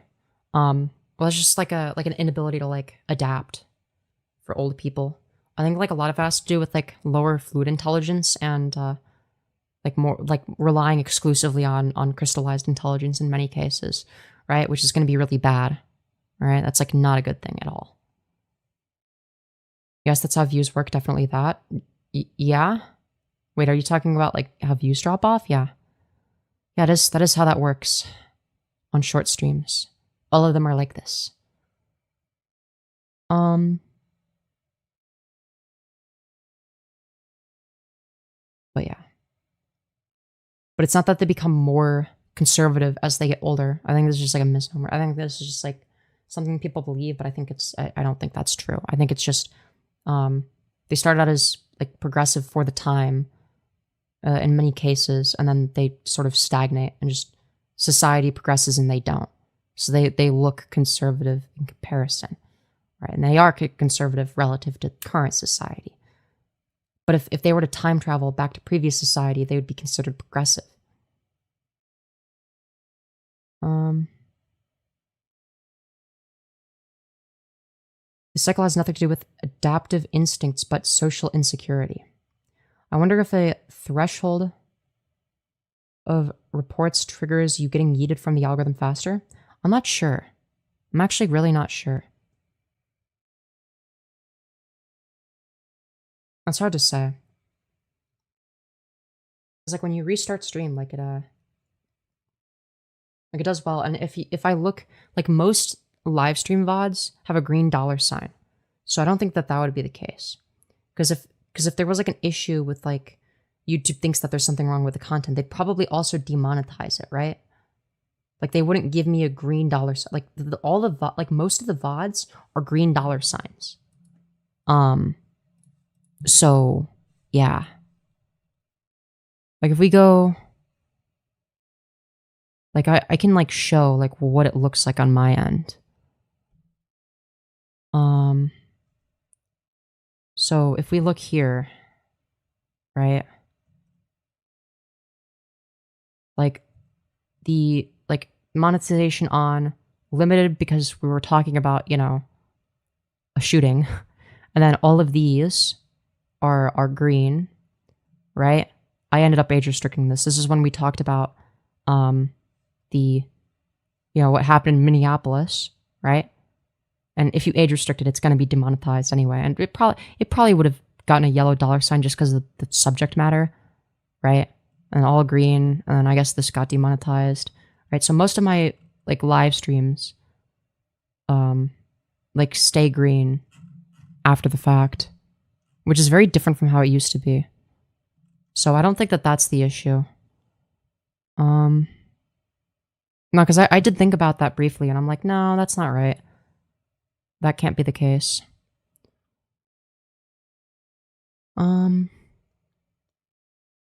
Also, I need to pee. I'm gonna be right back.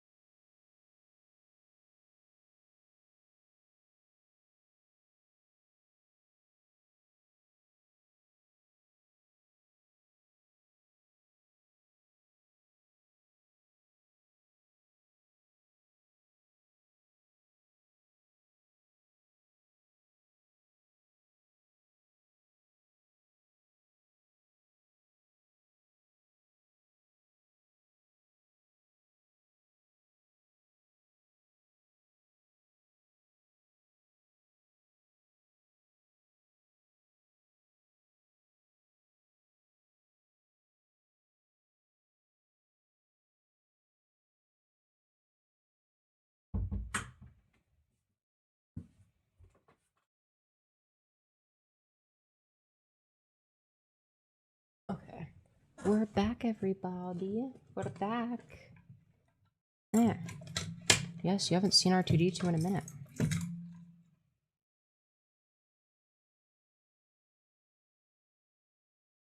Never seen this influencer, and I'm loving it. Very pragmatic, but she's wrong about the Gen C stats. I was right. Where are you getting your info from? Because it doesn't seem to be the case that, like, that 70%. I don't know where you're getting your stats from. I'm just like Googling it quickly, to be fair, but I don't know what you're looking at because I couldn't find 70% anywhere. I'm guessing you're misinterpreted stats because 70% just doesn't really make sense based on the data we went over, right? I looked at multiple different sources. I even showed that, like, yeah, people are getting more progressive over time. Like, the majority of Gen Z voters are Democratic voters, right? Even to a greater extent than millennials, right? Because every generation becomes more progressive.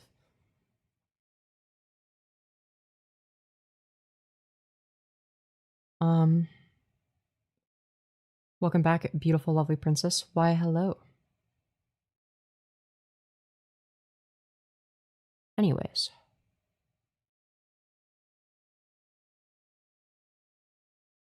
20% are showing conservative, 28 moderate, and the rest are liberal.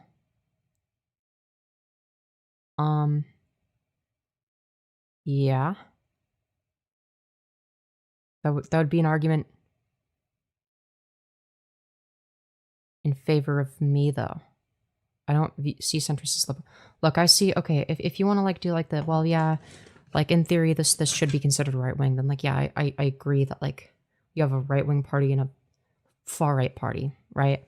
But if we're talking about, like, relative to the Overton window in the US, then, like, no.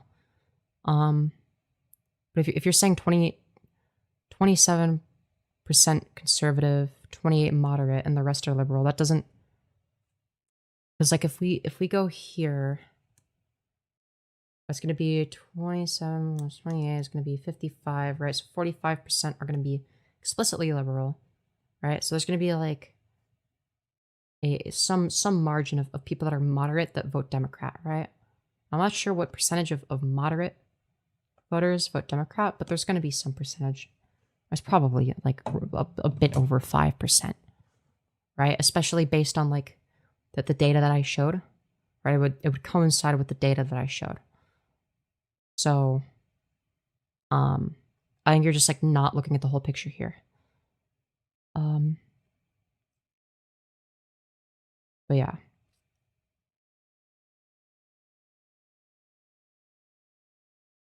A public speaker could consider themselves introvert because they still don't like confrontation. Okay, introversion is not when you dislike confrontation. That's not what that word means, right? It just means you don't like to be in like a large group of people in like a social interaction for like a long period of time, and that's draining for you.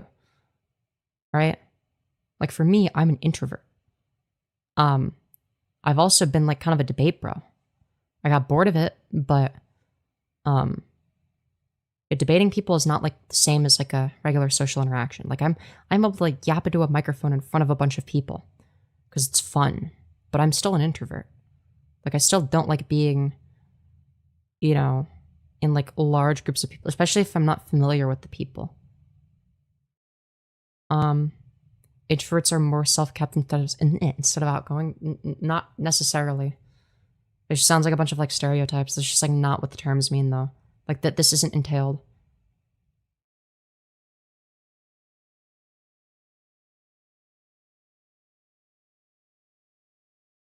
Bro, introvert and extrovert are just vibes-based definitions. No, it's referring to something specific, right? You're obviously like when you're talking about introvert versus extrovert, right? You're talking about like whether or not social interaction is generally draining or if being by yourself is more draining. Like what's more draining? Like what do you do to gain energy? You know, for me, being by myself is how I gain energy. Yeah, low social battery is a good way of describing it, yeah. And prefer small interactions as opposed to large groups. Yeah, I'd say that's like that's a good way of describing it. I'm the same way. Like when it comes to like real life interactions, I don't like being a part of a large group because it's like I'm not somebody that's like keen on just like doing things to fit in, right? Like if that's something that you do, then it's going to be a lot easier because you have like a large group of people to go off of and you can just sort of skinwalk what they're like, I guess, if you want. But like I'm not somebody that does that. So like if I'm different from literally everybody else in the group, then it's like I really don't fit in. Right? Whereas if it's like me and like two other people and I'm different from them, then it's like, you know, I can sort of fit in because it's like, well, I'm like a third of the group, you know?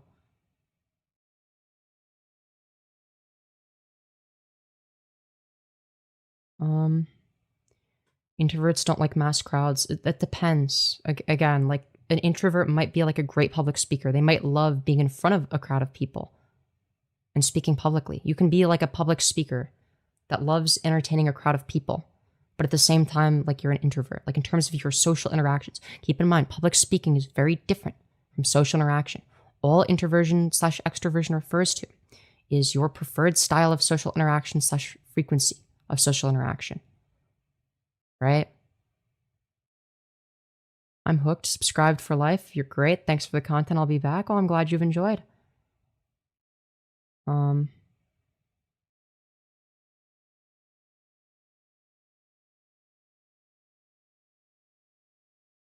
The idea is you want the right and the left to destroy each other and then you beat both of them up in the end. If you think that I am powerless as a centrist, I've already won. True.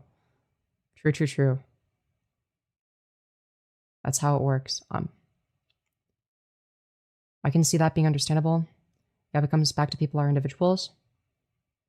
Yeah. Like, I don't like being in a large group of people where it's like I'm one of many people participating in like a discussion or something that like Because then I have to like figure out like, oh, what is like the acceptable way to express this opinion in this group of people, and when is the appropriate time to do so in a way that's like not annoying, you know?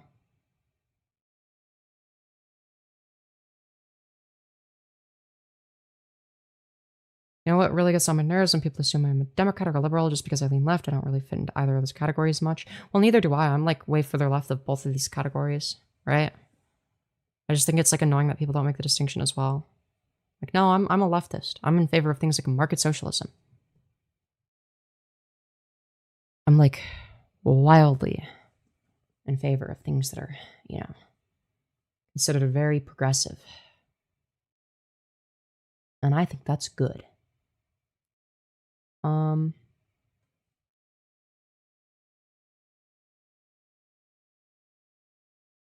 I'll bear that in mind. Bear the fact that you don't look your moderation, what? Due to the left using you as a tool. Chat, I'm being used as a tool by the Jewish cabal. Like what? Pay the puppets, cause mass delusion. True, I'm using my manipulation tactics right now. Anyways. Sounds hot? Oh yeah. Oh yeah. The Jews? What do you mean the Jews? They are far right. Well, first of all, I was making a joke, and secondly, no, not Nazis are generally against Jewish people. Or do you mean Zionists? Zionists and Jewish people aren't the same thing. I hate to break it to you.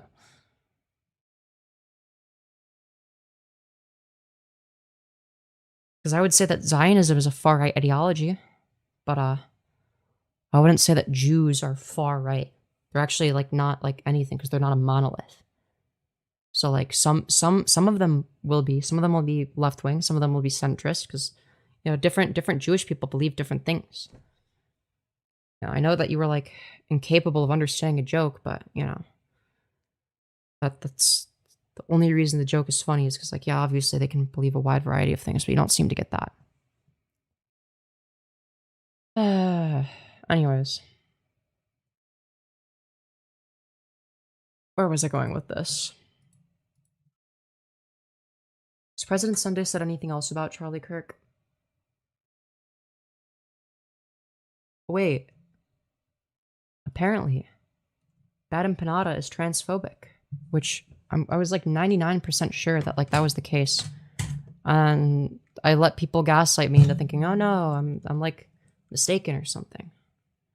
But no, it looks like President Sunday's made a video. We're gonna watch more President Sunday. All right, this is a President Sunday themed stream.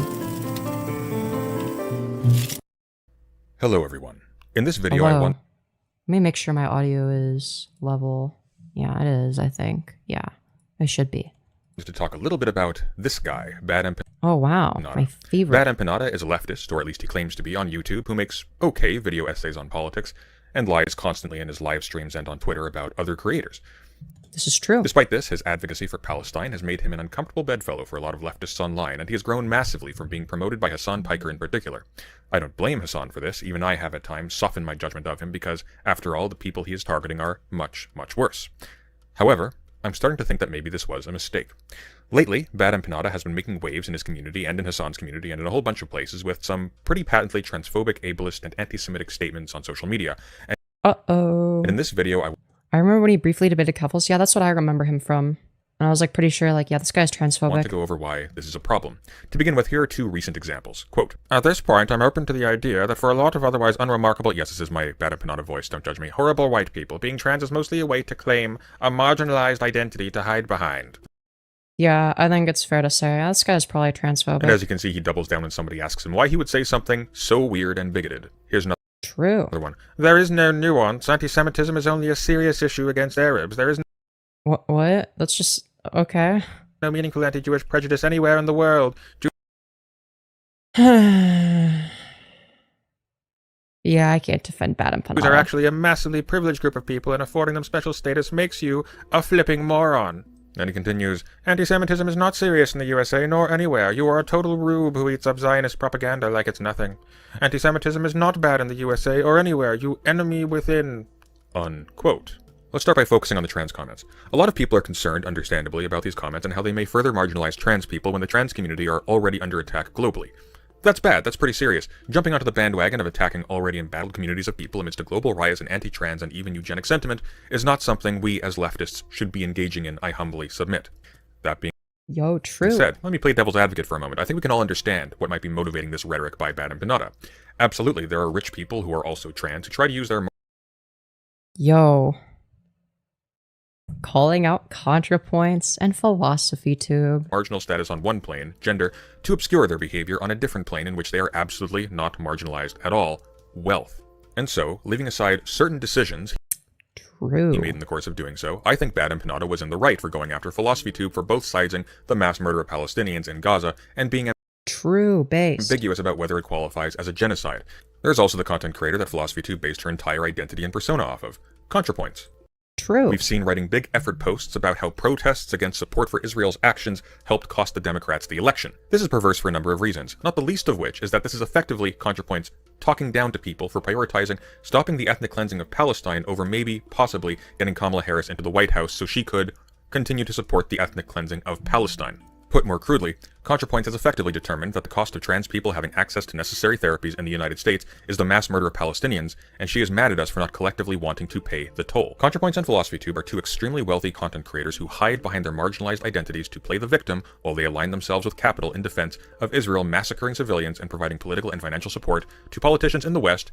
Everything he's saying is correct. But I don't know. I don't know if he needs to preface everything by, explaining this, because this is about Bad Empanada being transphobic. Who then target other trans people like themselves. Pseudo-progressive figures like these are willfully playing the part of double agents in a class war and eating their own to get access to mainstream fame. True. Bad Empanada pointing this out isn't a problem. In fact, I think pointing this out is absolutely necessary. However, when you do this, a lot of people, including a lot of trans people who are parasocially attached to creators like ContraPoints and Philosophy Tube, will often jump to their defense. I've had this happen to me, and the way these people act can often be pretty bluntly pathetic, because these people bluntly often are. You're talking about people who are more often than not socially isolated and with very little going for them, and this isn't their fault. Damn. Sounds like he's describing me. Sounds like he's describing me. It's a bit harsh for Contra. To be fair, she was like both siding the whole fucking Israel-Palestine shit. Their entire country is targeting them for extermination. You're talking about people desperate for representation. And the creators they have attached themselves to, like Philosophy Tube and ContraPoints, have successfully framed themselves as their representatives and advocates in the media. An attack on these people is felt like an attack on them. This is also something that happens to people who critique Bad Empanada, by the way. But the point is, I can understand someone having a generalized anger towards a creator's community as they throw themselves on the tracks to defend abhorrent behavior. The problem comes in, for most people, including myself, when this anger is used as an excuse by Bad Empanada to jump on the bandwagon of delegitimizing trans people in the Western world as a category. Oh, they're just using their marginalized status for the social capital that comes with being a victim. This is a right-wing talking point used specifically to attack trans people as a fake population of fake people that deserve no consideration as citizens or even as human beings with rights. I mean, I don't really know what to say. Everything he's saying here is correct. This is a problem, but let's put aside empathy for trans people for a second. Let's say, for argument's sake, that Bad Empanada is just so single-minded about Palestine that he's fine with becoming a vector of transphobia and even eugenics, so long as it helps the Palestinian cause. I don't even think that that's true. I think that he's just I think he's just like a grifter, low-key. I don't know. a video about why I don't believe Bad Empanada really cares about Palestine at all, and that Based. he's cynically using it for his own gain at the expense of real pro-Palestinian activism, which I'll Facts. link in the description. But let's pretend for argument's sake that I did completely believe in Bad Empanada's sincerity. Even taking Bad Empanada at his word, that what he actually cares about is Palestine, the problem is that not only do statements like what we've seen Bad Empanada making here do nothing for the Palestinian cause or to punish wealthy people for hiding behind their identities to act as soft defenders for Israel, they actually pretty substantially hurt the pro-Palestinian cause. Think with me for a moment. What happens to a community when the creator who is that community's centerpiece starts engaging in transphobic, ableist, and anti-Semitic rhetoric? Well, first, obviously, the people who are targeted by that rhetoric are going to remove themselves from that community. This is obvious. These people are receiving direct signals that they are not welcome and that the head of that Yeah, true. community not only has zero regard for them, but is actively hostile towards them. Second, and this is equally obvious, people who are sympathetic to these transphobic and ableist and anti-Semitic remarks, reactionaries, transphobes, and fascists, will start to move in. Upshot, the community becomes right-wing, transphobic, and anti-Semitic. I'm going to humbly suggest that saturating our communities with bigotry is not the way the left wins. That being said, you may have noticed how a lot of right-wing people in current year are critical of Israel's actions in Gaza and the West Bank. So maybe you're thinking to yourself, yeah, okay, right-wingers are bad, and I don't support transphobia or ableism or eugenics or anti-Semitism, but maybe, just maybe, combining forces with the right will give us the strength and numbers we need to really push our countries to stop supporting.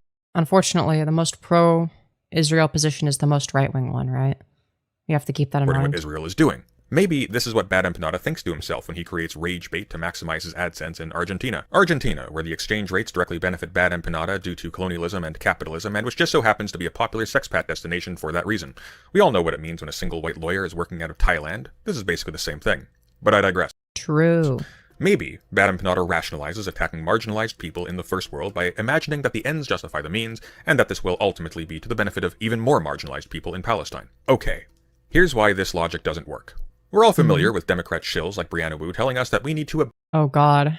Yay, Brianna Wu reference. Let's abandon go. the Palestinian cause or supporting non-binary people or trans men, etc. in order to defeat Trump and get progressives into the White House. That we need to quote-unquote coalition build. This line I mean, yeah, it's just two ends of the same coin. of reasoning is so perverse precisely because of the grain of truth buried in the shit pile of thinly veiled bigotry that is actually motivating it. The fact of the matter is that the strongest pressure you can actually exert. I just think we shouldn't send Israel money. True. I agree with that. We shouldn't send money to the IDF to do a genocide. I agree. On a human being in order to change their behavior is to isolate them socially. The flip side of this is that if you want to change the behavior of a large number of people, say what causes they support, who they vote for, where they spend their money, what they eat, etc., it is really important to have a lot of people on your side so that it becomes proportionately more comfortable for them to do the things you want them to do and less comfortable to do the things you don't want them to do. This is why you'll read stories in the news like, for instance, how a Republican senator who happens to have a gay son comes out in support of gay marriage. Obviously, that makes sense. this is motivated by a personal interest. For that senator, the issue of gay rights directly affects his family life. His support for gay marriage is now directly connected to his ability to get along with his family, with his son, with his family's friends who may take sides against him on that issue, and so on. Likewise, conservatives often complain about it being very uncomfortable to express what are in fact misogynistic and racist views in a university setting because the culture of these institutions is overwhelmingly unaccepting towards these views. The result is that outside of those loud conservatives complaining about being ostracized, most people in university are not tempted by these positions even before learning about why they're wrong. There's simply no incentive to entertain them. On the flip side, as fascism has seen a global resurgence, more people, including people who formerly branded themselves as progressives like Anna Kasparian, have found themselves being openly cozy to, even prostrating before overt racists like Tucker Carlson. Why? Bro, after like the whole like birthing person debacle, like I talked about Anna Kasparian and how she was like losing the plot, like I'm gonna be real, it's been obvious for a while now that she was gonna become like a grifter, dishonest, etc. I said this like what, 2 years ago? Yeah. My position hasn't changed for a reason. Oof, Anna. Yeah, dude, I was like one of the first people to criticize Anna Kasparian. Again, like the whole birthing person debacle, I mean, it was like a dumb take, but that wasn't the issue I had, right? The issue I had was like her unwillingness to like acknowledge like, oh, here's like the actual counter arguments that are being made, right? The unwillingness to concede any ground, the refusal to do anything other than cede ground to the right over a non-issue, and to, this willingness to misrepresent the issue at hand, right? That to me demonstrated, okay, there's some level of dishonesty here, and it seems like she's pivoting. This isn't like her previous rhetoric. There's a pivot happening. And as I predicted, well, she pivoted. So she's not like right-wing now, but she's not as progressive as she used to be, so. The right has become more comfortable bedfellows. Bedfellows who don't demand an equal share of the blanket, or complain when you fart or snore. Prediction. This is what will happen eventually to Bad Empanada as his Hassan-grown audience starts to drift in a more overtly reactionary direction. He's basically Brianna Wu with a beard. He's deploying the inverse strategy as Brianna Wu on the other True. Fucking true. team. There are bad people on both sides. But again, from a pragmatic viewpoint, is this really a problem? The priority, after all, is Palestine. The thousands and thousands of innocent people who are being killed right now as we speak, not left versus right. Right? The problem is that none of the moves Bad Empanada is making actually expand the power of the pro-Palestine movement at all. Rather, what has really been achieved is a drift within the broad circle of people who happen to be critical of Israel in a way that favors Bad Empanada, but which affects absolutely zero change in terms of the overall numbers of people who are critical of Israel.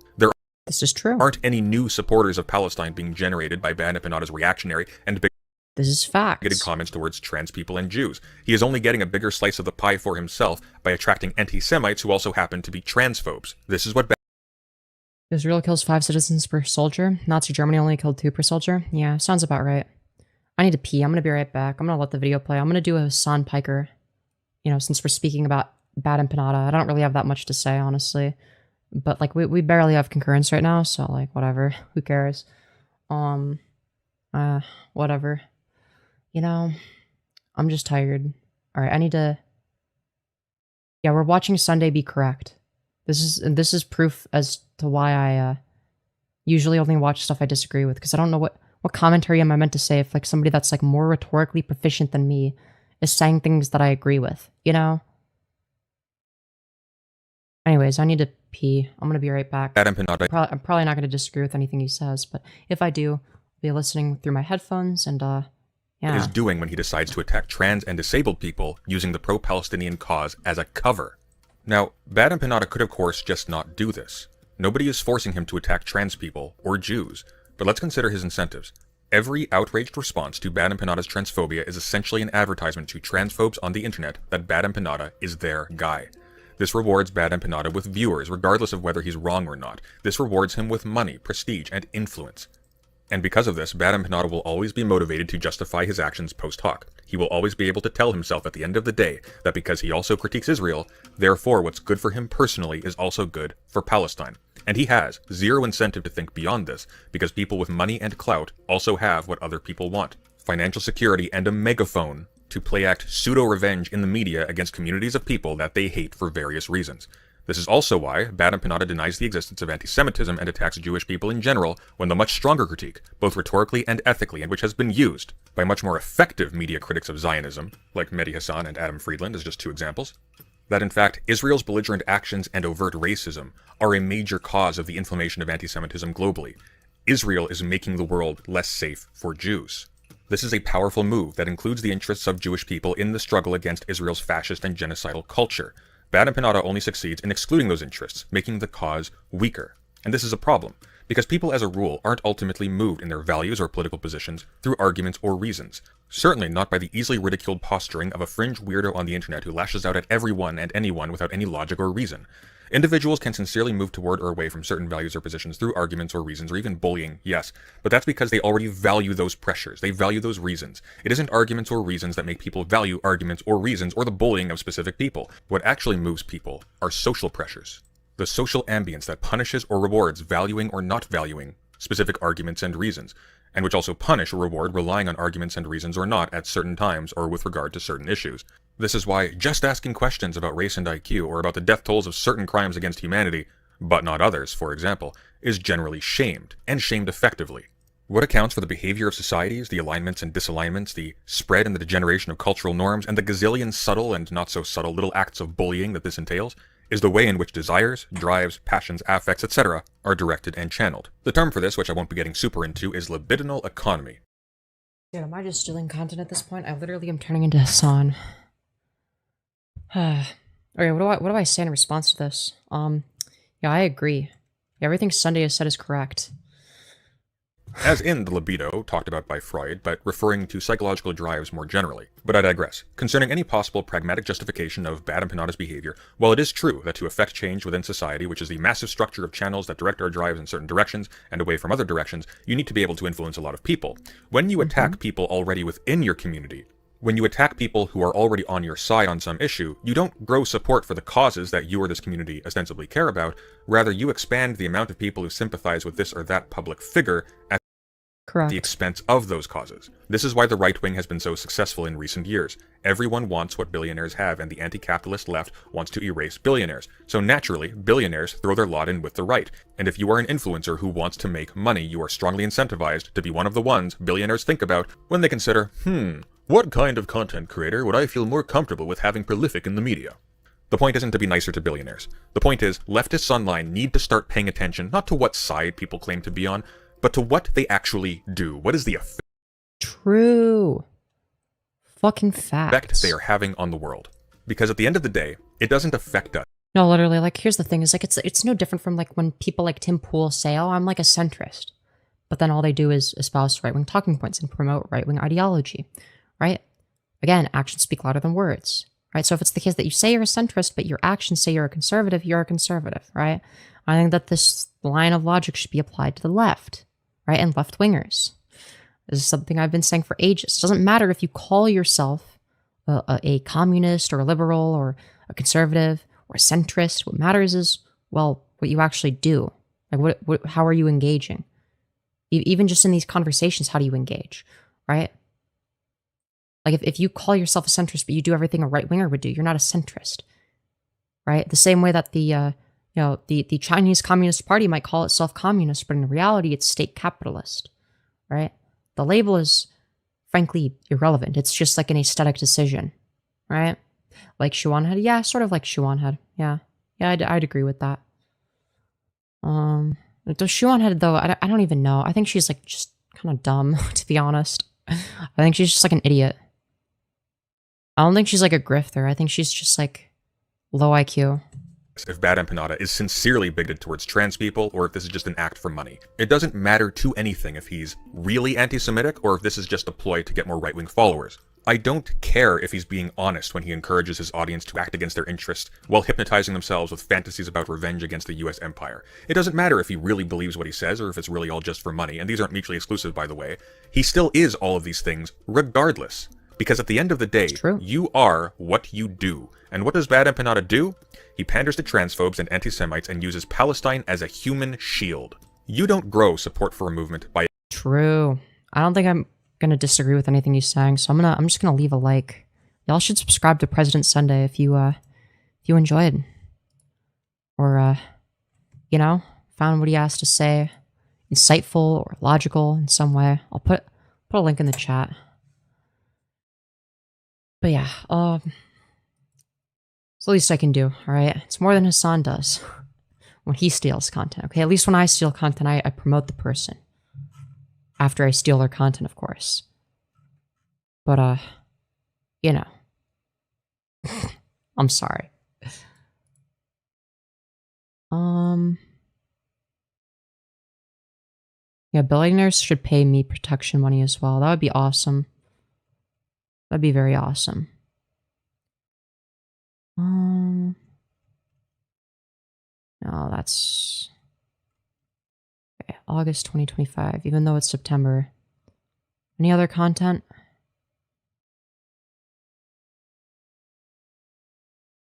Ooh, we could have some good content. I think. Yeah. We absolutely have some good content that we're going to get into. Don't you worry. I'm going to restart stream, and then we're going to get right into the next stream. Yeah. All right. Restarting stream for more viewers.